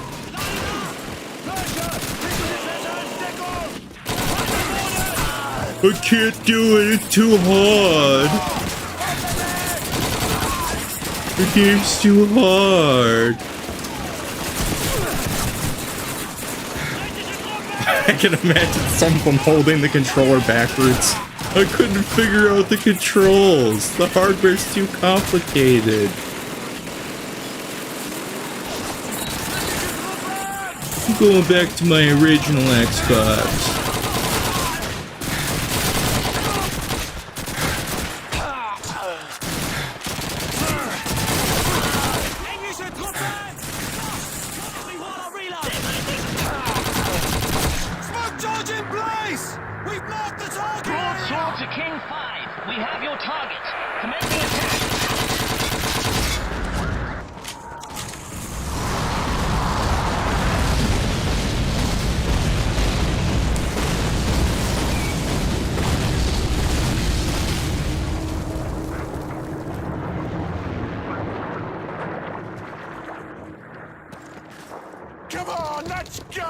Come on, let's go!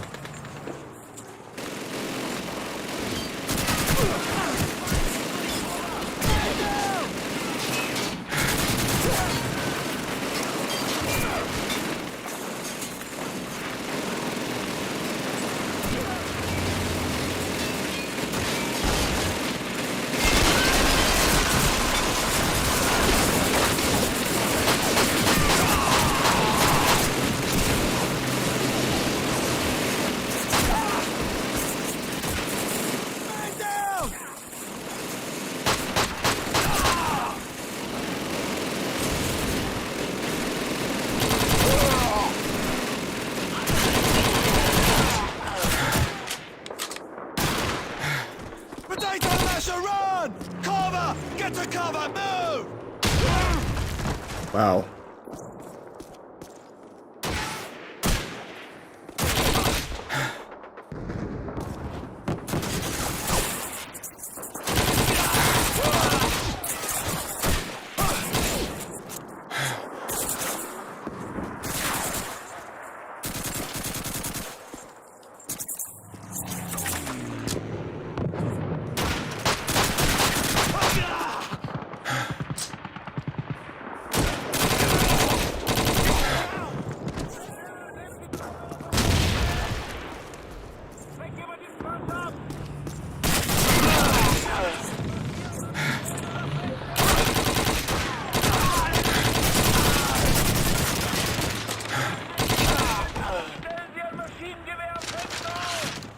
Regroup at the docks! Let's go! Let's go!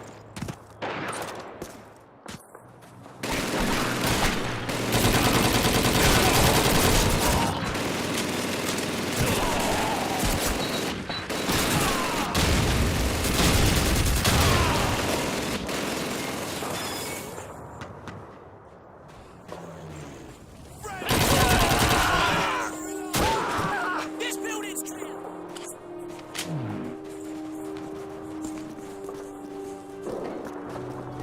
Well, that's a sport of luck. Not bad, McGregor. Nice fight. All right, listen up. We're finished here. Well done, boys. I'll drink to that, sir. Well, there you go. So that's the end of the Call of Duty 2 demo. What about that clip where dude couldn't get past the Cuphead tutorial? He should have been fired on this fight. He couldn't get past the tutorial. Oh my god. The tutorial.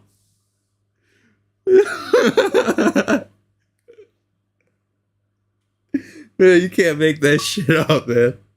I'm disconnected from Xbox Live. Well, that shows the state of the servers that they're in now.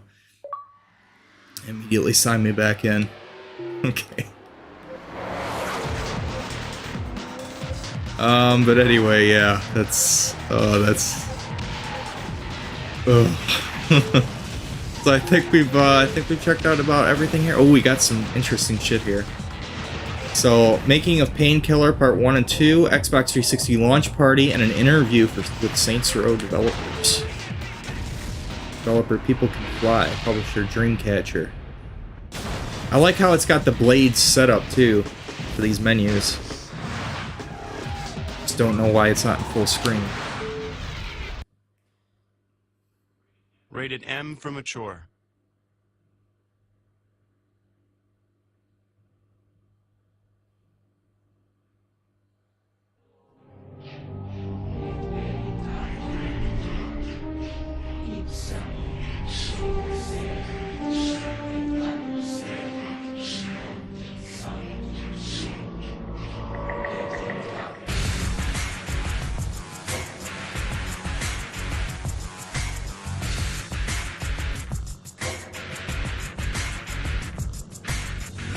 Oh wow, still using the old school monitors there.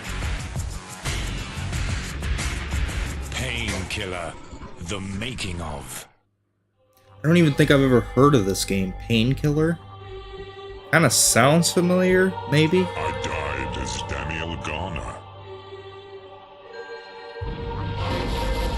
I was sentenced to serving pain, somewhere between heaven and hell. There, I lost my faith, but found a name. And now I am the angel's only prayer. Information led me here, to Warsaw, capital of Poland.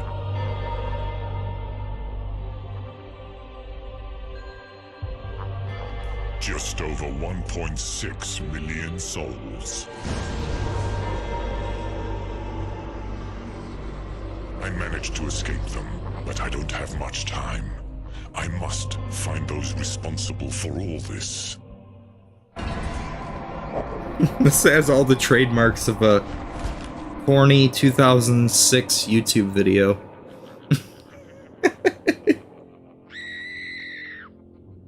Oh my god. How long have you been plotting my I used damnation? Windows Movie Maker 2007 to make this. Istniejemy formalnie od 2002 roku, od lutego konkretnie. Wydzieliliśmy You się z check the firmy. description. Matka, Made with Windows Movie Maker 2006.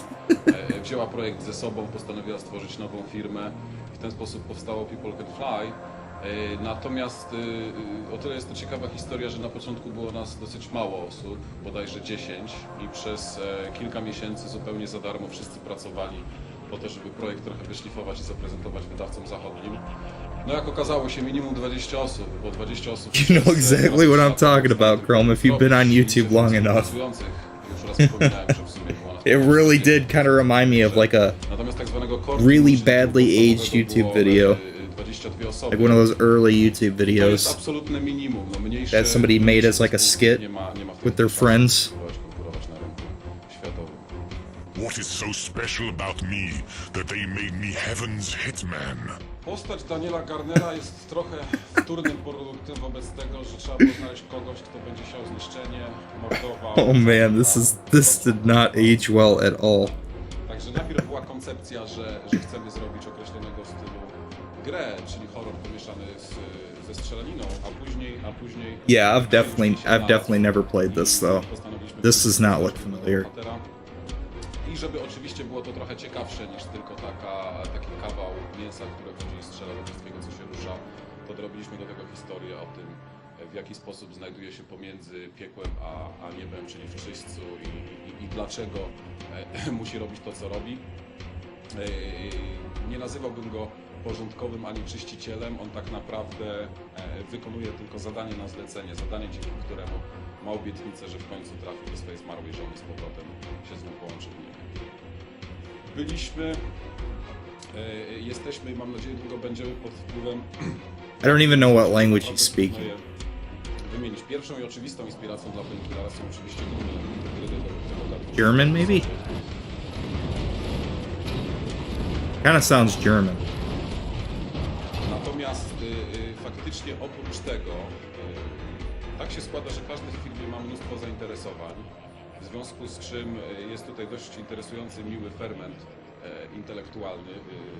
Wymieniamy się opisami, doświadczeniami na temat, czy będą to azjatyckie horrory, czy będą to jakieś niszowe filmy, czy książki. I z tego też czerpią inspirację. Ja myślę, że taką drugą rzeczą... Yeah, it sounds French, German too. Yeah, it could be either one of those. Coś, co ja nazywam japońską szkołą designu. So much horror around me. Why? Po prostu. Aby wzbudzać u ludzi najniższe instynkty, wyzwalać u nich poczucie albo przeżyje, albo zostanę zabity, czyli zabij albo przeżyj. Dlatego, że w tego typu grze trudno liczyć na to, że gracz będzie... This does look kinda cool though. ...spory gry i wzruszał się losami bohatera, ponieważ przez 99% czasu walczy z przeciwnikami. Więc tam staraliśmy się skupić na tych podstawowych ludzkich instynktach, takich właśnie jak zabijanie, terror, przeżycia. W związku z czym... If I didn't already have a backlog of like 300 games to check out. Yeah, I definitely get it.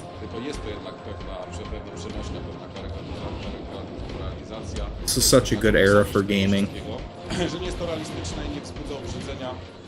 Games were just designed to be fun back then.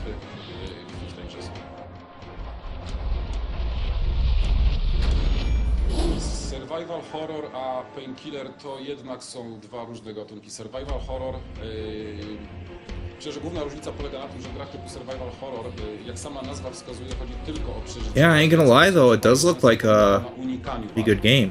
Natomiast w Painkillerze dzieje się dokładnie I'd play it. To słówko horror jest wspólne, ale jednak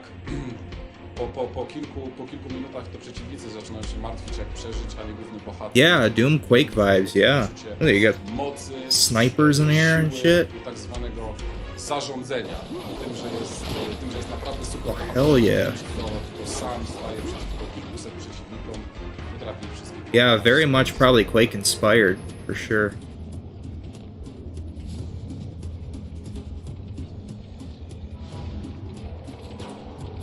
Yeah, this probably was cutting edge for 2005. Yeah. Well, I mean, the 360, it's worth keeping in mind, it was equivalent to a high-end PC at the time. Why invest hero cards with so much power? W grze pojawił się taki instrument, którego nazywamy czarnym tarotem, za pomocą którego gracz potrafi So this really was, I mean, it was cutting edge hardware for sure. Potrafi w czasie gry wykorzystać dodatkowe... Oh, you got slow motion and shit? Oh, hell yeah. I dodaliśmy to z dwóch powodów. Pierwszy jest dość oczywisty, czyli po to, żeby gra była ciekawsza, żeby gracz, wspominałem już o tym, żeby czuł się zawsze jako superbohater, który potrafi powstrzymywać czas. Jest to po prostu bardziej interesujące, ciekawsze dla gracza i jest tam mgiełka tajemnicy z tym związana. Robiliśmy takie poszukiwania wśród okultystycznych dzieł, wśród również dzieł religijnych, aby stworzyć dość przekonywującą... It looks like he's using that shout from Skyrim at him. Ja wiem, że sporo osób absolutnie tę warstwę gry ignoruje, skupiając się tylko na samej grze w poziomie, strzelaniu i tak dalej. Nie skupia się na tym, dlaczego bohater... The one that pushes him, I forget what it's called. Jeżeli ktoś biblijne mity o strąceniu Lucyfera, o pierwszym człowieku, o tym, dlaczego Lucyfer został... I'm gonna do a modded playthrough of Skyrim next year, by the way. I already did a quick test run to make sure all the mods work nicely with each other, and they do. How did you bring so many monsters out of hell? Potwory w Painkillerze to jest ciekawa historia, dlatego że myślę, że rzadko w której grze spotyka się ich taką ilość i taką różnorodność. Postanowiliśmy, że praktycznie w każdym nowym poziomie gry będą co najmniej 2, a czasem nawet są to i 3 zupełnie nowe potwory, co oczywiście było potworną wręcz ilością pracy. Yeah, yo, games look real now, G. Który wymyślał różne ciekawe z nimi knify związane. Yeah, I mean, we make fun of it now, but man, going from one console generation to the next, back then it actually made a sizable difference. Po modelerze musi to przyjąć ktoś, kto to oteksturuje. Potem musi być też również ktoś, kto zrobi do tego animację. Także co najmniej 3 osoby pracują zawsze przy jednym takim stworku. To po prostu nie ma tam jakiegoś wielkiego sukcesu. Now it's like the equivalent of getting a new cell phone. It's like, okay, yeah, it runs a little smoother, it looks a little nicer, my texts get sent faster. It's like it doesn't really matter. Ordinary weapons were needed to do battle with such creatures. Bronie w naszej grze to jest temat dość kontrowersyjny, dlatego że... But back then it was like, man, I mean, you go from an N64 to an original Xbox, and it was like, holy shit. Się za nimi kryje, za ich designem. Otóż my or a PlayStation 2 to the 360. Again, just massive leap. They were doing things that, you know, the hardware just actually taking advantage of it. Like right from the get-go, they were experimenting, they were trying new things. Also, my console damn to entered screensaver mode there. Which means that this has already been going for over 10 minutes. Mógłbym mieć nóż w ręce, kawałek szkła, łopatę, jakąś kosę. Problem polega na tym, że wszystko to są tak naprawdę identyczne bronie, różnią się wielkością, ciężarem. Yeah, I liked it. I liked it back when they were, you know, experimenting, trying new things, playing with the hardware, seeing what it could do. Broń ma zupełnie inne działanie, co zaowocowało w tym ostatecznie, że nie ma czegoś takiego jak jedna najlepsza broń, którą się wykorzystuje w grze. Jak już ją gracz dostanie, to tylko do końca gry gra tą daną bronią.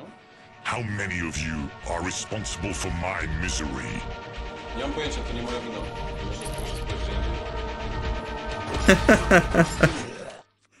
Here comes the pain. Again.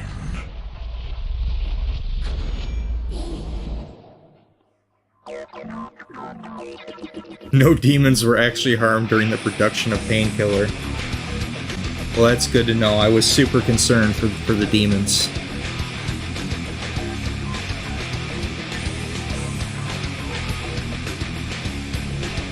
Midnight Club LA demo. I've got that on my PlayStation 3, so I think that's probably going to be for when they announce that Midnight Club LA or the PlayStation 3 is going to be shutting down. Then I'll check out the Midnight Club LA trailers and stuff.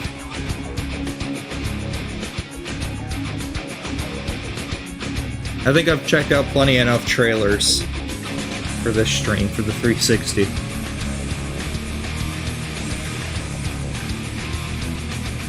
Hey man, we got an hour and a half of trailers on this stream, so. And that was just part 1 of the making of Painkiller. I'm curious to see what part 2 is gonna say. So this was for original Xbox. Okay, well then shit, I probably have it on my console.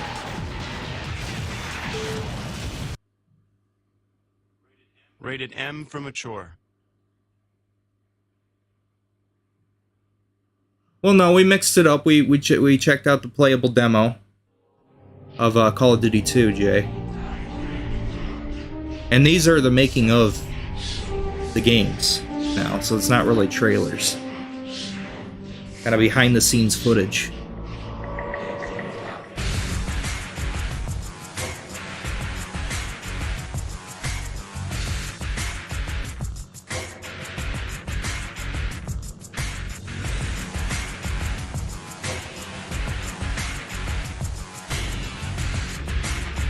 Painkiller, the making of. You know, I do wonder how long would the Dreamcast have been around for if Sega didn't cancel it. I would say probably like up to 2005. What hellish architect built the walls of my torment? Tworzenie etapów do gry Painkiller było bardzo skomplikowane. Składało się z wielu etapów. Po stworzeniu tego szkieletu można go wypełnić i delikatnie odcieniować. Już powoli zaczyna się pojawiać grafika. Następnym etapem jest... So yeah, for an original Xbox game, this is actually looks pretty good.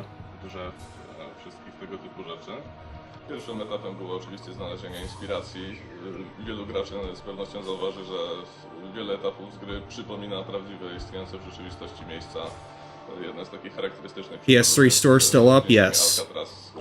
Oczywiście zmienionej formie, ale znalazło swoje... Yeah, they announced that they were gonna be taking it down, but then there was a lot of backlash, so they decided to keep it up. And I just bought a couple things off the PS3 store, so yes, it still works, it's still up. You can still get stuff from it.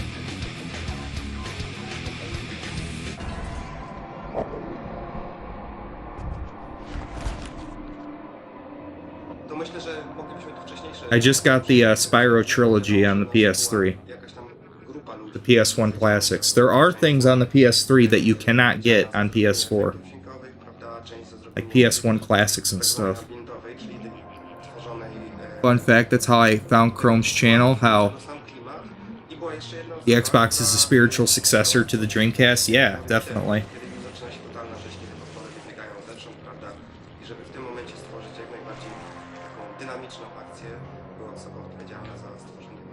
Some people even go as far as to say it's the Dreamcast 2. Microsoft may keep the 360 store up. What makes you say that? I don't think so.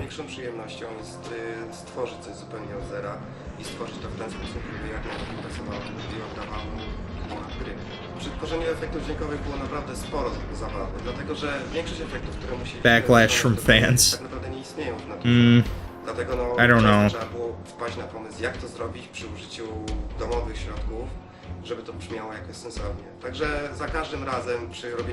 Oh, he was the only person caring to talk. Oh, the PS3 store. That's how you found Chrome. Okay, because he was talking about the PS3 store shutting down. That was a couple of years ago now. Także no, trudno sobie wyobrazić, żeby te wszystkie efekty wykonała jedna osoba.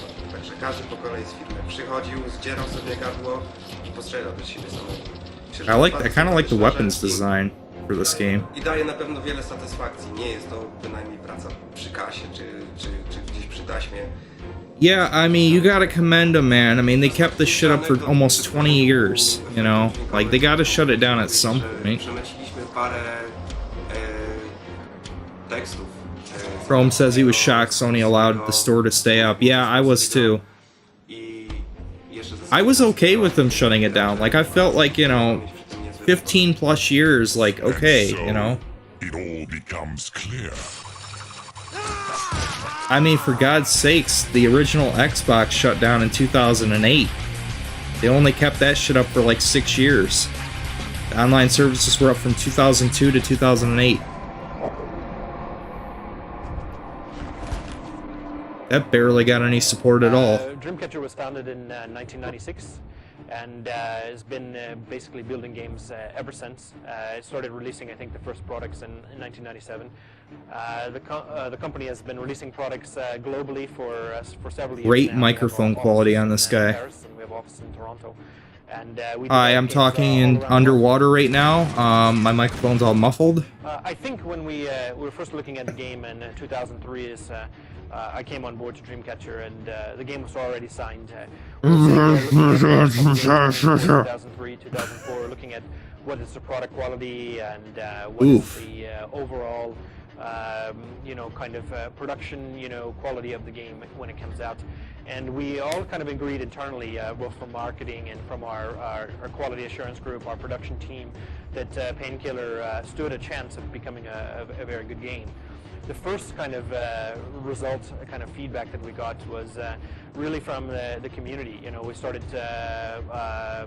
in the press. We started showing the game both in demos and in press tours, and the feedback that we got right away was very positive.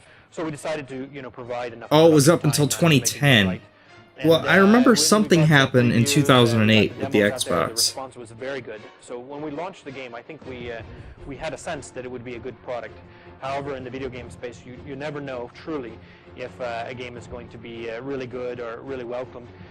And we are very happy with the results because it has played out like we hoped it would. It's yeah, but not enough, Chrome. To grow and kind of build the multiplayer community from really a very hardcore fan base. They expect a lot, they want a lot, and the CPL has been kind of an avenue for us to oh, the Xbox, the original Xbox storefront went down in 08. The CPL World Tour. It's $1 million prize. A lot of people don't even realize that the original Xbox had a storefront. That's the funny thing. New kind of market, and so it's exciting. So in 2005, you will see a lot more Painkiller on the multiplayer world stage, so to speak.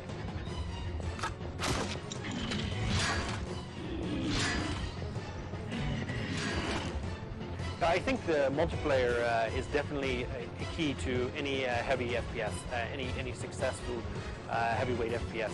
But for a game really to be well known, GameStop needs to go focus on classic games if they want to continue to exist. So I think it is key, and I think in Painkiller, I think we've really started. I know they sell classic games online.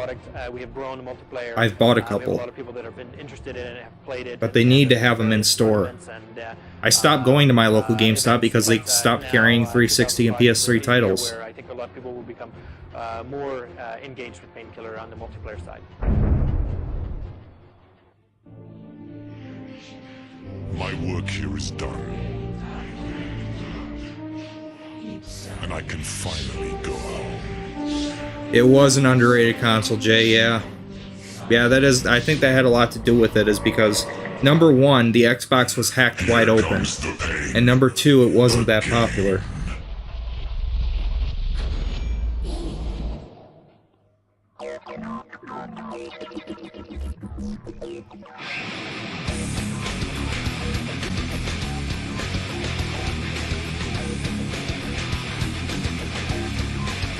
Yeah, for me, I consider a console officially dead when the storefront shuts down and games are no longer being made for it.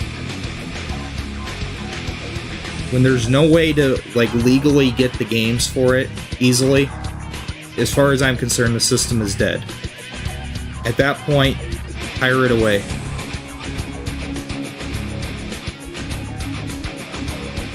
So as of 2024, I'm open to the idea of modding a 360 because there's going to be no way to get the games legally and to actually support the publishers. People cry about emulation, talk about, oh, that's piracy. Like, well, okay, well, there's no legal way to get the games and support the publisher anymore, so it's abandonware. Xbox 360 launch party. You definitely got to check this one out. we took a wild trip to the Mojave Desert to join Microsoft and Xbox 360 fans to witness the unveiling of Xbox 360.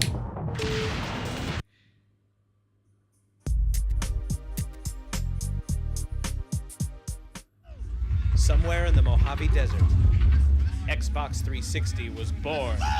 We got an RV we're partying in. We're going to be here the whole time. Peter Moore stopped by the RV this afternoon while we were waiting to get in. We offered him a beer, and he had a beer, and yeah, it was very cool. LXM, make it happen. For such a big deal, Microsoft needed a big venue. Try a tricked-out blimp hangar. Welcome to Xbox 360!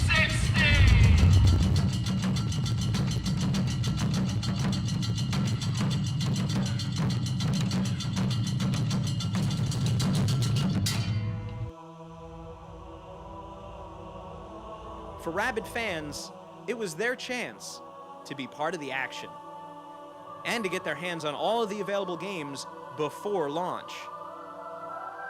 The beanbags were simply a stroke of genius. We give props to Microsoft for giving fans what they wanted: unfettered access to the launch titles all night long. I played a little bit of Perfect Dark, played a little FIFA. Bigger and better than anything I expected. Yeah. Really cool vibe and cool people here too. I plan on picking up that Perfect Dark, and that Call of Duty. I plan on not going to sleep at all. That's true. But even with Xbox 360 games in the offing, staying up all night is easier said than done. Oh, this is Kentucky. Very nice. We should do it again. Double clothesline, down goes Super Rock. With quirky entertainment and frequent game demos, there was plenty to do. Man, this defines so many childhoods, man. They even had a booth to transfer Live accounts to the 360 version of Live. Don't worry, you get to transfer your gamer tag too. Dedicated fans got in line early to purchase their Xbox 360 from the on-site Best Buy store. I've been over here like 32 hours. We got here about 9:30 last night. Wow, people waited all night long. It's nice, but we're dying over here. Can't wait to go home and get Red Ring of Death. Games and peripherals. That's all we've been talking about for the last 2 weeks. Congratulations on the Xbox 360 launch, Microsoft. Congratulations on your It's the defective dawn of a new console. era. Now we're gonna go get some sleep. For $500. Oh man. Piracy, huh? What about when we buy used games, the publishers don't make a dime? Yeah, exactly. Yeah, people just don't know what they're talking about. We got one more thing to check out on this disc. The interview was with the Saints Row developers. We went to the middle of nowhere, Champaign, Illinois, to learn about inner-city gang warfare. Check out this interview to see what we took away.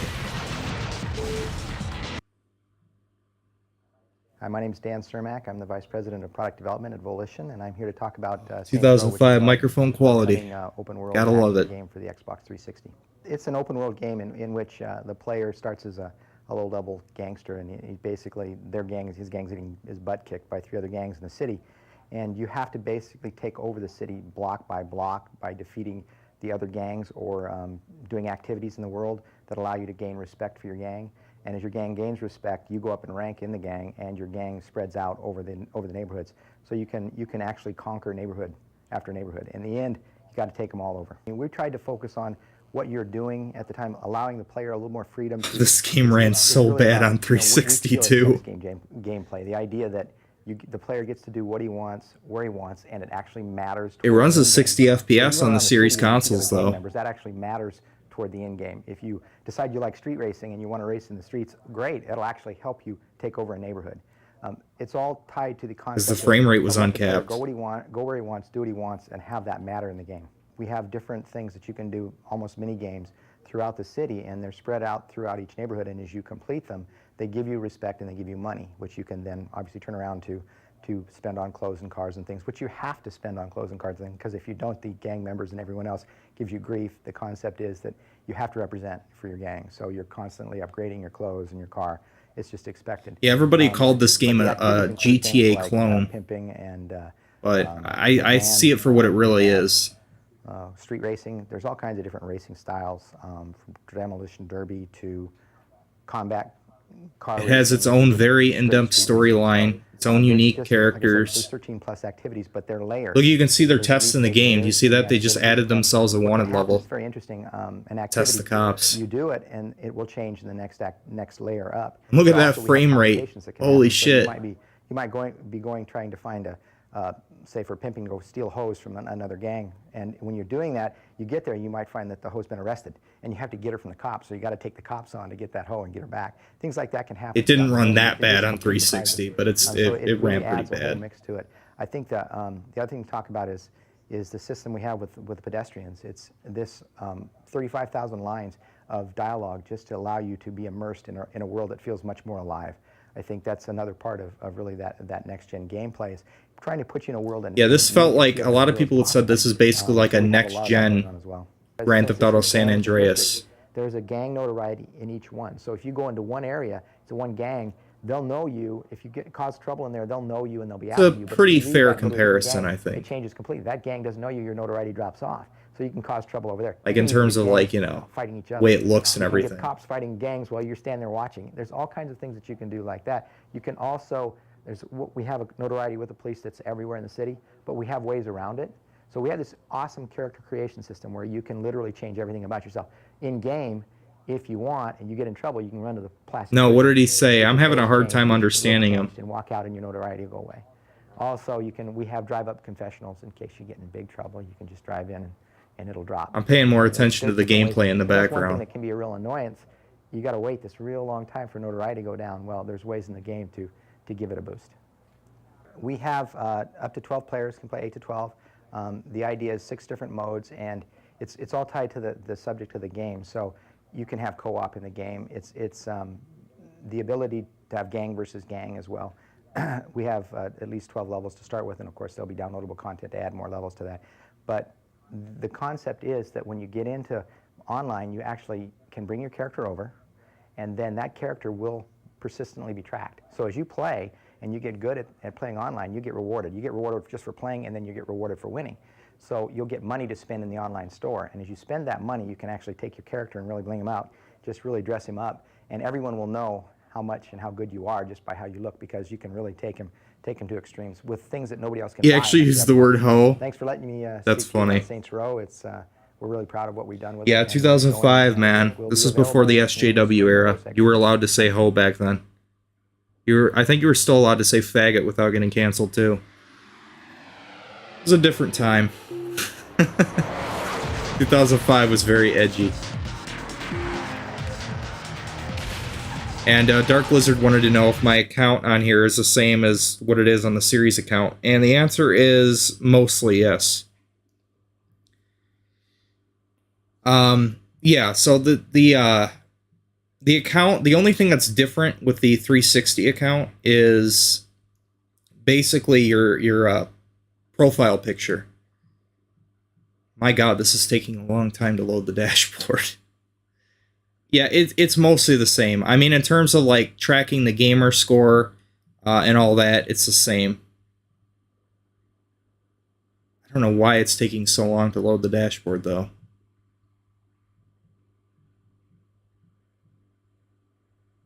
There we go. So this is the old avatar that I have on here. This is what things look like on here. So you got your Microsoft account right there. Tracks your gamer score. It still recognizes, because I have Game Pass Ultimate, it still recognizes that it's a gold membership. So they still use the terms of like Xbox Live Gold, even though that literally doesn't even exist anymore. It's like, it's a little buggy and it's a little weird. Like things don't really, they don't line up with like the modern systems or whatever, but it still works. So everything is still compatible with each other, but you might see some, you might notice some oddities here and there with like the way things are worded or whatnot. So like you notice my, something I wanted to check out to basically show you, if I can remember where it was at. I think it was in activity feed. So if you go into the activity feed, you'll see this. Now I found this really interesting. So you know, on my modern Xbox, right? You know how the profile picture is different.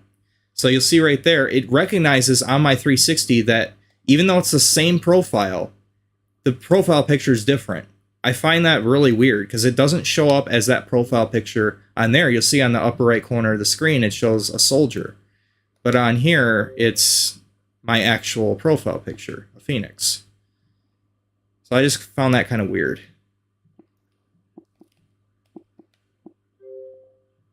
And then you got activity alerts. These literally don't even exist on the modern Xbox. But I found this funny. So I posted a clip about 9 days ago, right? From Super Lucky's Tale, directly from my Xbox Series S.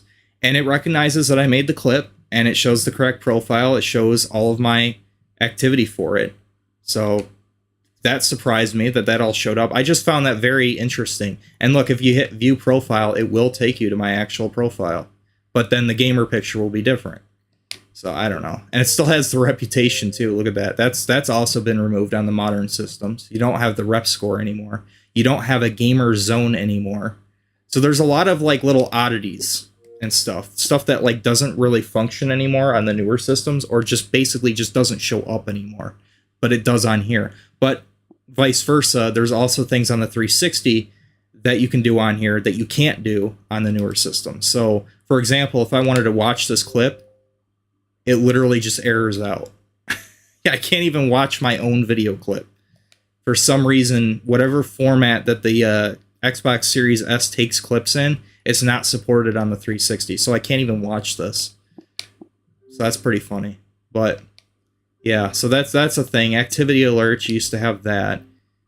This is all still going to function when they shut down the storefront, but we all know what comes after them shutting down the storefront. They're eventually going to shut all the servers down as well. But yeah, most of the things still work on here. It's just different. It's just really weird. Your friends list is also different. So on here, you'll see your friends are just, it just looks a lot different. It's all the same people, like you're on here, Chrome, right? But it still accurately knows, like, okay, this person was last online, even if they weren't on the 360, it still recognizes that they were online on Xbox Live. But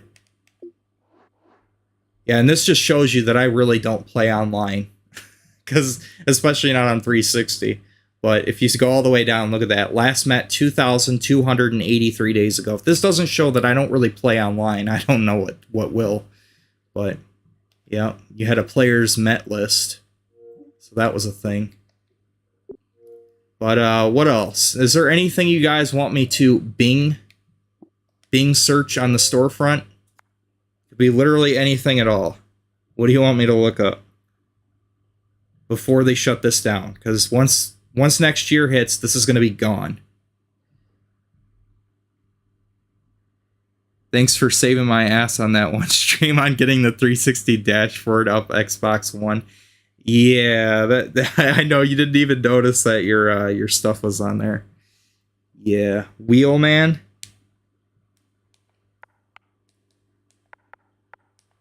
Yeah, I had to double check and make sure none of my info was on both Xbox One and Xbox 360 profiles. I had to make sure that none of my personal information was on there before I started the stream. It wasn't, but I just wanted to double check and make sure. So this is what comes up for Wheelman. And you used to be able to sort through different categories on here. For some reason, that doesn't work anymore. I remember just a few years ago, you were able to search this between movies and apps and games, and now it's only all media. You can't change the category anymore. For some reason, that doesn't work anymore. But you got Wheelman on here. Let's see if you can still buy it or if it's delisted. It's delisted. You can't do anything with it. But they do have a trailer that you can still download. And you can view the screenshots. Yeah, literally all this shit's going to be gone, man. It sucks. It's just going to be lost to time.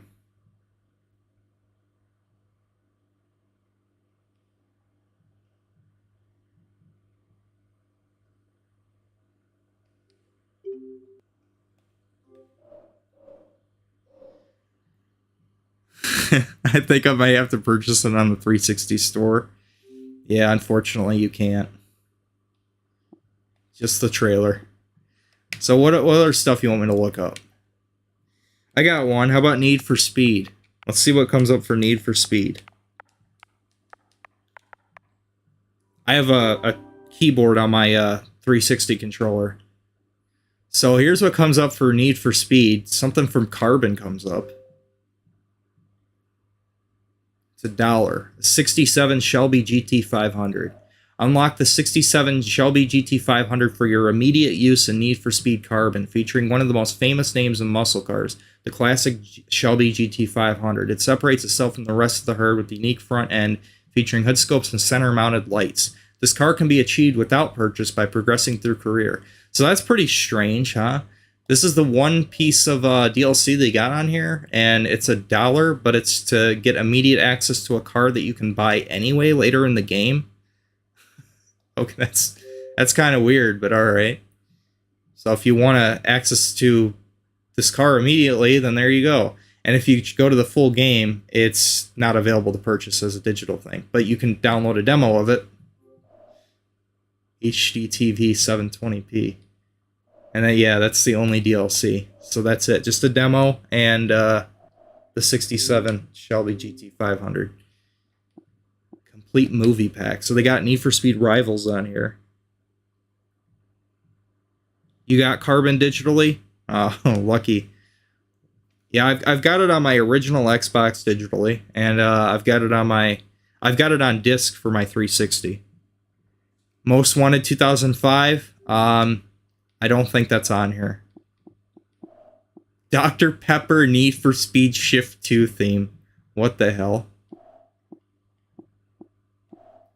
You got Rivals on here. They have 2012 Most Wanted. Wonder if that's delisted.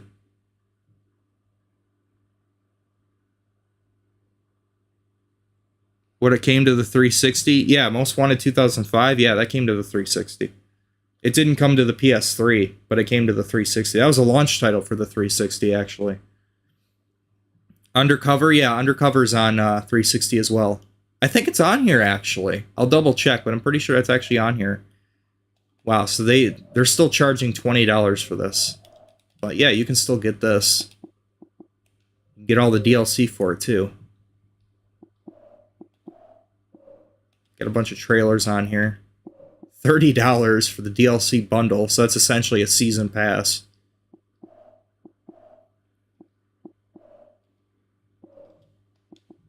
So they got a bunch of DLC for that.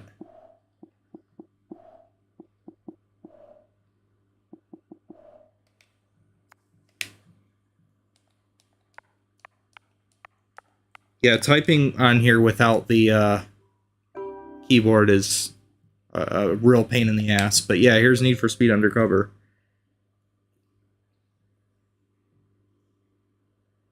Yep, you can still get this too. $15. There you go.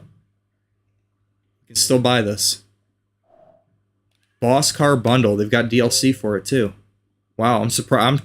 I'm surprised it's still on here though. Blow away your competition with this explosive car pack featuring 8 unique boss cars available for use in any online race or offline career event. Race your way to the top of the leaderboards with each of these cars: Carmen's Shelby GT500, Chase's BMW M6, Chow Wu's Mercedes-Benz CLS 63 AMG, G-Max Lamborghini Gallardo LP560-4, Hector's Nissan 370Z Z34, Nichols Dodge Viper SRT10, Rose's Porsche 911 GT2, and Zach's Volkswagen Scirocco.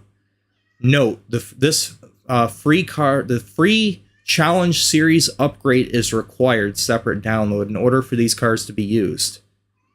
So does this not work anymore? Because I don't see that as an option to download. So that might not work. Download and try it at your own expense.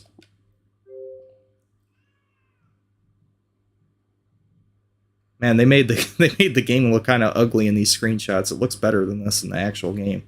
They like increased the brightness to a bizarre degree. Like they just added bloom all over the fucking place. I have no idea why they did that for these screenshots.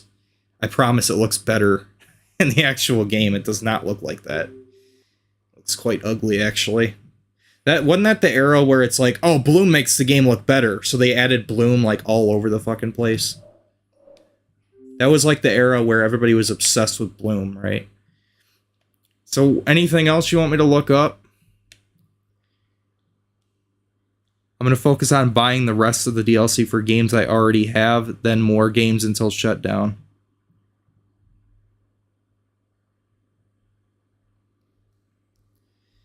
Is there any other stuff you want me to look up?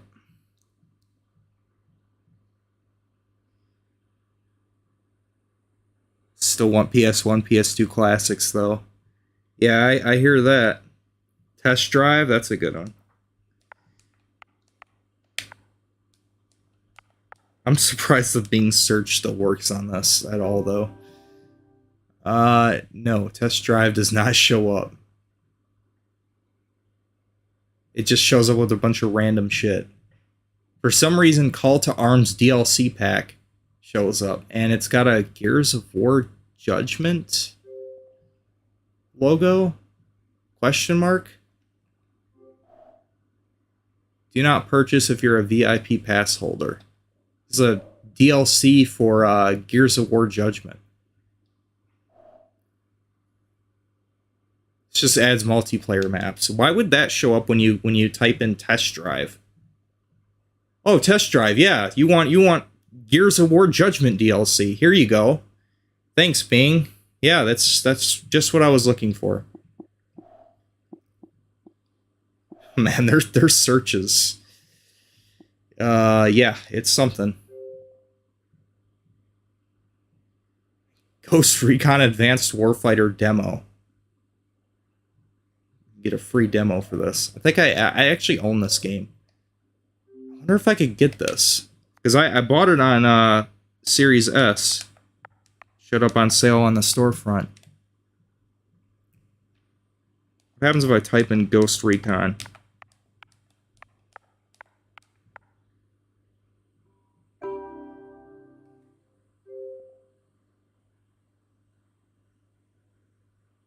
They got DLC on this.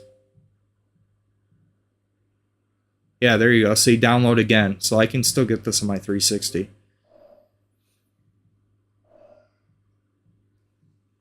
So they still got DLC available on here too.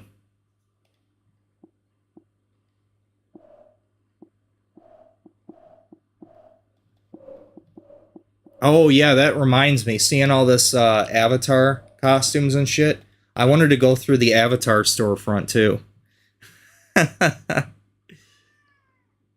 Midnight Club LA.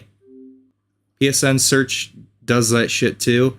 Oh man, the PS3 store is a fucking train wreck to try to navigate and get through. It's really bad. It crashed on me a number of times. It's really quite bad. All right, yeah. Let me see if I think Midnight Club LA is still on here. I think it was delisted, but they put it back up after they removed a bunch of songs, which is really fucking stupid. Yeah, see, 2021. So it was delisted, and then they brought it back at one point. Yeah, PS3 is going to be kind of hard to get through. I am going to do a stream of that when they announce that that's going to be shut down, but I think that's going to be hard to get through. But I have it already on here. I've got it downloaded. But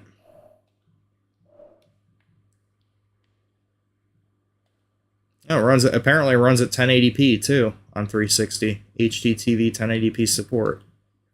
It's impressive.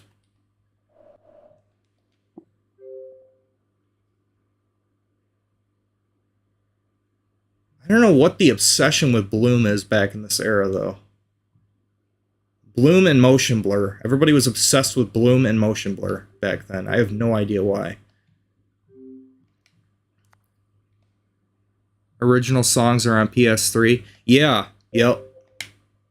Yeah, you still got access to it on that. And if you use it on disc on 360, and I guess if you don't update it, right, then you'll get all the original music that way too. So one of the things I wanted to do, the Avatar store.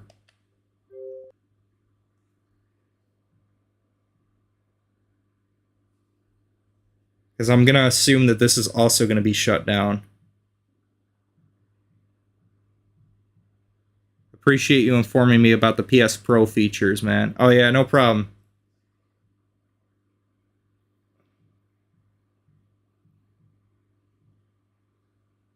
Yeah, because if you got it, you might as well take advantage of it. You know, it's still, you're still gonna get a better experience even at 1080p. It's just not gonna be a whole lot better because the CPU in it is still garbage. Super sampling is on like 95% of the games I popped in. Well, that's good. Yeah, at least the games look sharper. I will say when you're streaming them, it does make a difference being able to stream it at 1080p. So as you can see, the servers are very poorly maintained on here. Disconnected from Xbox Live.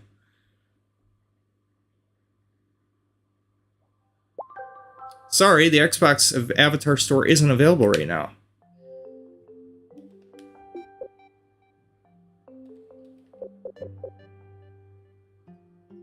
Sign back in.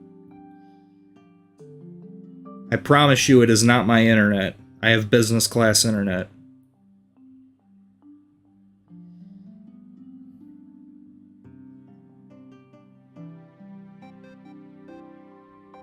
So yeah, this is why I'm not surprised they're shutting the servers down, because it costs a lot to maintain servers, and if there's not a whole lot of people using it, then they're like, they just don't want to be bothered with the maintenance anymore. That's why they're shutting it down. I guarantee that's what it is. It's just the cost of it. If they're not making money off of it, then why bother maintaining the servers? Oh, now it can't even connect. Okay, that's great. Okay, well, I guess I'll try that later. But yeah, that was a thing. Like, you could access the Avatar store, and then they haven't updated it since like 2018, I think. But you could change your avatar, and I don't even think this is a thing on the newer consoles anymore, right? But this is how it looks on the 360. So you could get like achievements in games, and then it would give you like, oh, here's a t-shirt for your Miiverse character. I mean, your Avatar character. They do have a lot of shit on here, like this Facebook metaverse shit. This is Xbox's version of it before that was even a thing. So this was an interesting thing that they did at the time. I don't know why they did it, but like I don't know what the deal was, but everybody wanted to copy Nintendo back then, because the Wii was really successful. Everybody would buy a Wii, so they were like, oh, we should have some stupid gimmick like this too. So this was a phase that Microsoft went through of copying Nintendo's dorky ideas. This literally, like, these avatars served almost literally no purpose for me, like, at all. Like, I don't ever change anything with this or bother with it, because it's not really used for anything. Like, I don't know. I don't know why they did this. I really don't. Maybe at one point they did use it for something, but I certainly can't think of any reason why they had these as a thing.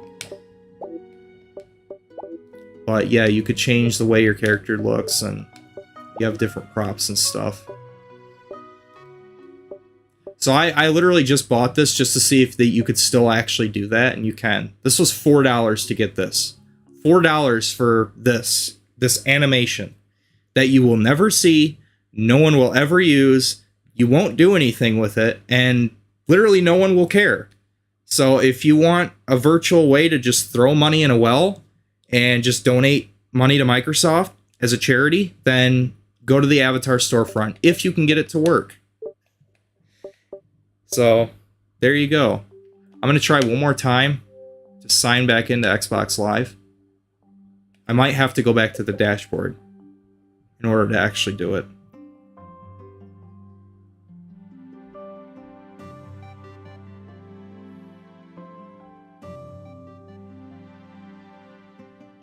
But yeah, I mean, even all these years later, that still works. I can confirm that, yes, you can still buy these stupid props. You can still buy clothes for your virtual character that no one will care about. And yeah, you can just have fun with that. Have fun playing virtual dress up.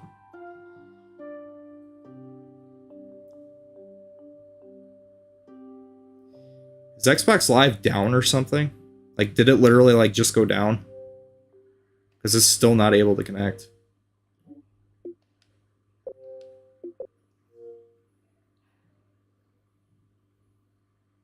Is anybody on their Xbox right now? Anybody confirm?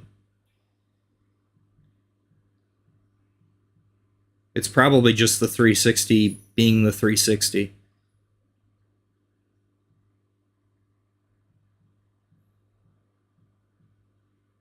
Who knows? I might have been doing too much advanced shit for it to handle. Look at how slow it's loading the dashboard. I'm going to try and restart my console. I'll be right back.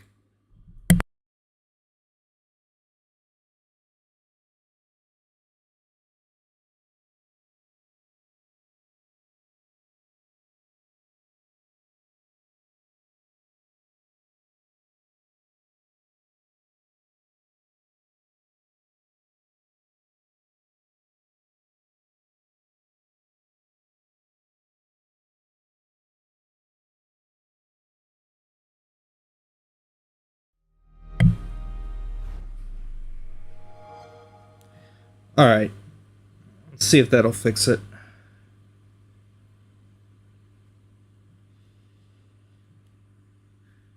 Yeah, who knows? Maybe messing with the metaverse was just too demanding for the 360. It's too much for it to handle.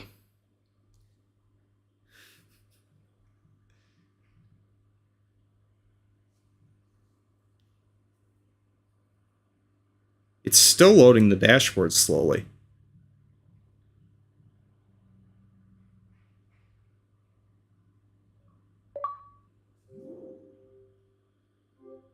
Oh, that's another little oddity too I noticed when I was doing my test run this morning of this, just to make sure I didn't have any personal information or nothing on here, but yeah, for some reason the theme only shows up when I'm signed into Xbox Live. At least the theme that I have applied to it right now, that nostalgic like 07 Bungie theme. For some reason that only shows up when I'm signed into Xbox Live, which is very strange.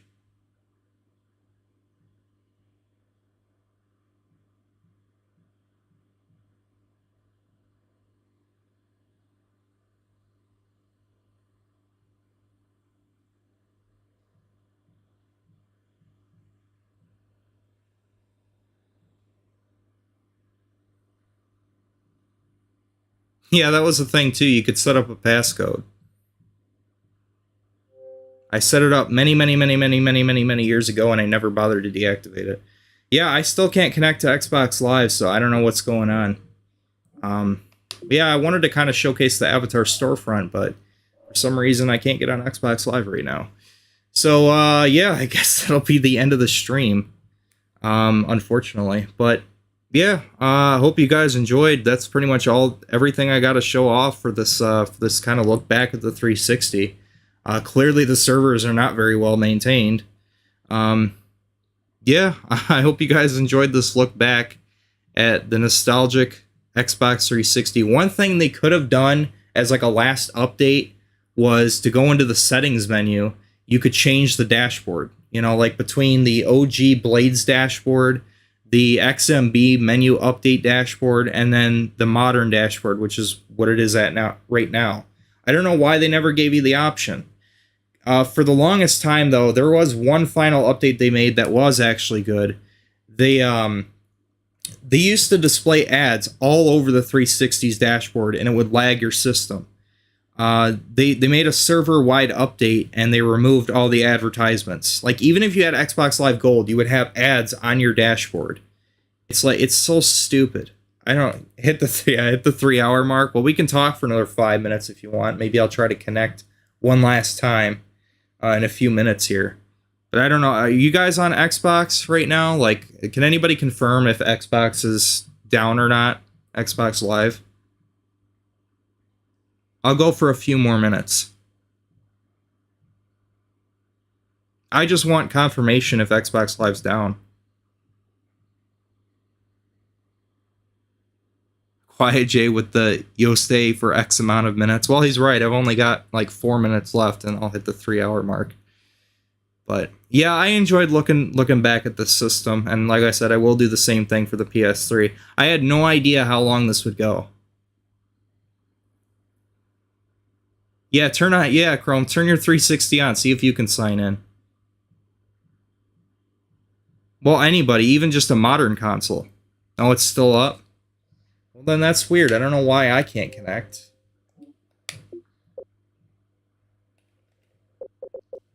I was able to connect earlier.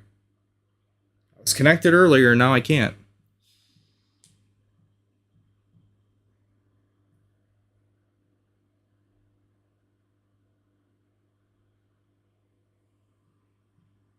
You can't find your controller.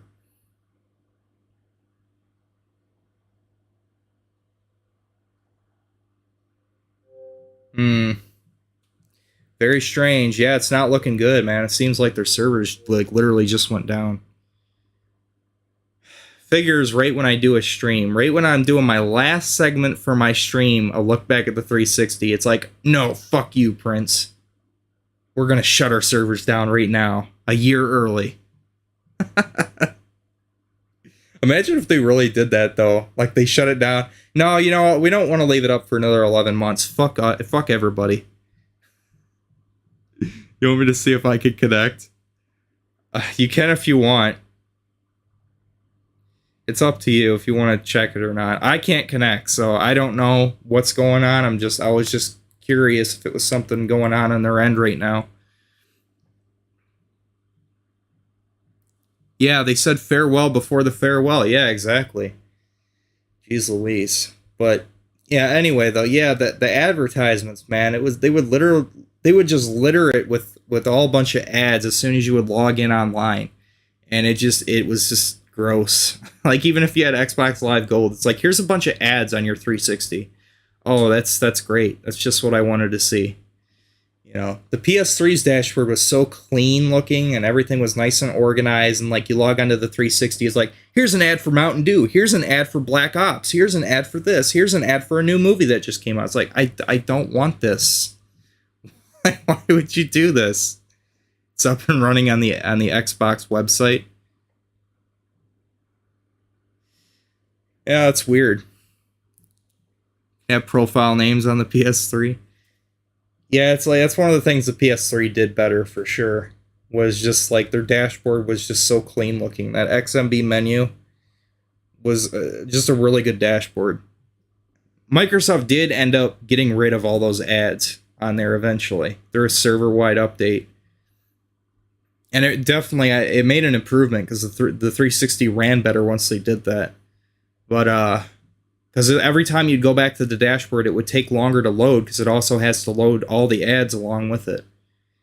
But it would have been great if you could go into the settings and change the dashboard. You know, like why didn't they give you the option? Have 3 different dashboard layouts. You want the Blades dashboard? Here you go. Instead, you have to get a modded 360 if you want that. It sucks. It would have been so easy to implement too, because they already had all the code for all of them. Here's the Blades dashboard. Here's the 2009 dashboard. I forget what it's called. And then here's the modern one. Choose which one you want right from the settings menu. That would have been cool. Oh well. Yeah, I don't really like this dashboard. It just looks like this real tacky look to it.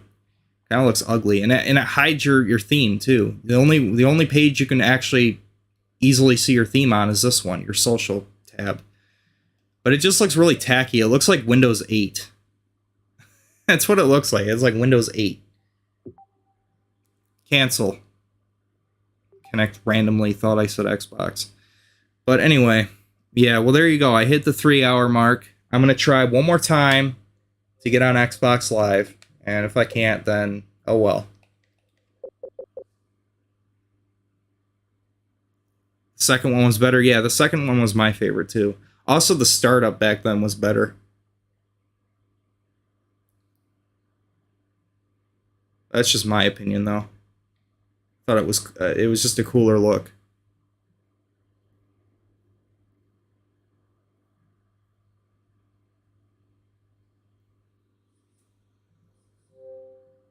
Nah, I still can't connect. Oh well. Well, I guess that's the end. So we've covered all the majority of the stuff though. So it is what it is. That being said, I hope you guys enjoyed this last little look back at the Xbox 360. Thank you guys so much for tuning in. This is a lot of fun. I had to do a better stream because yesterday's stream, with how boring everything was. I'll message you on Discord later if mine goes through. Okay. Yeah, with how terrible yesterday's stream was with GTA 5, though, with how boring it was, you know, I had to do something different to kind of mix it up and freshen things up a bit and kind of refresh things. So I definitely had a lot of fun looking back at this. Thank you guys so much for tuning in, and I'll catch you guys next time. Take care.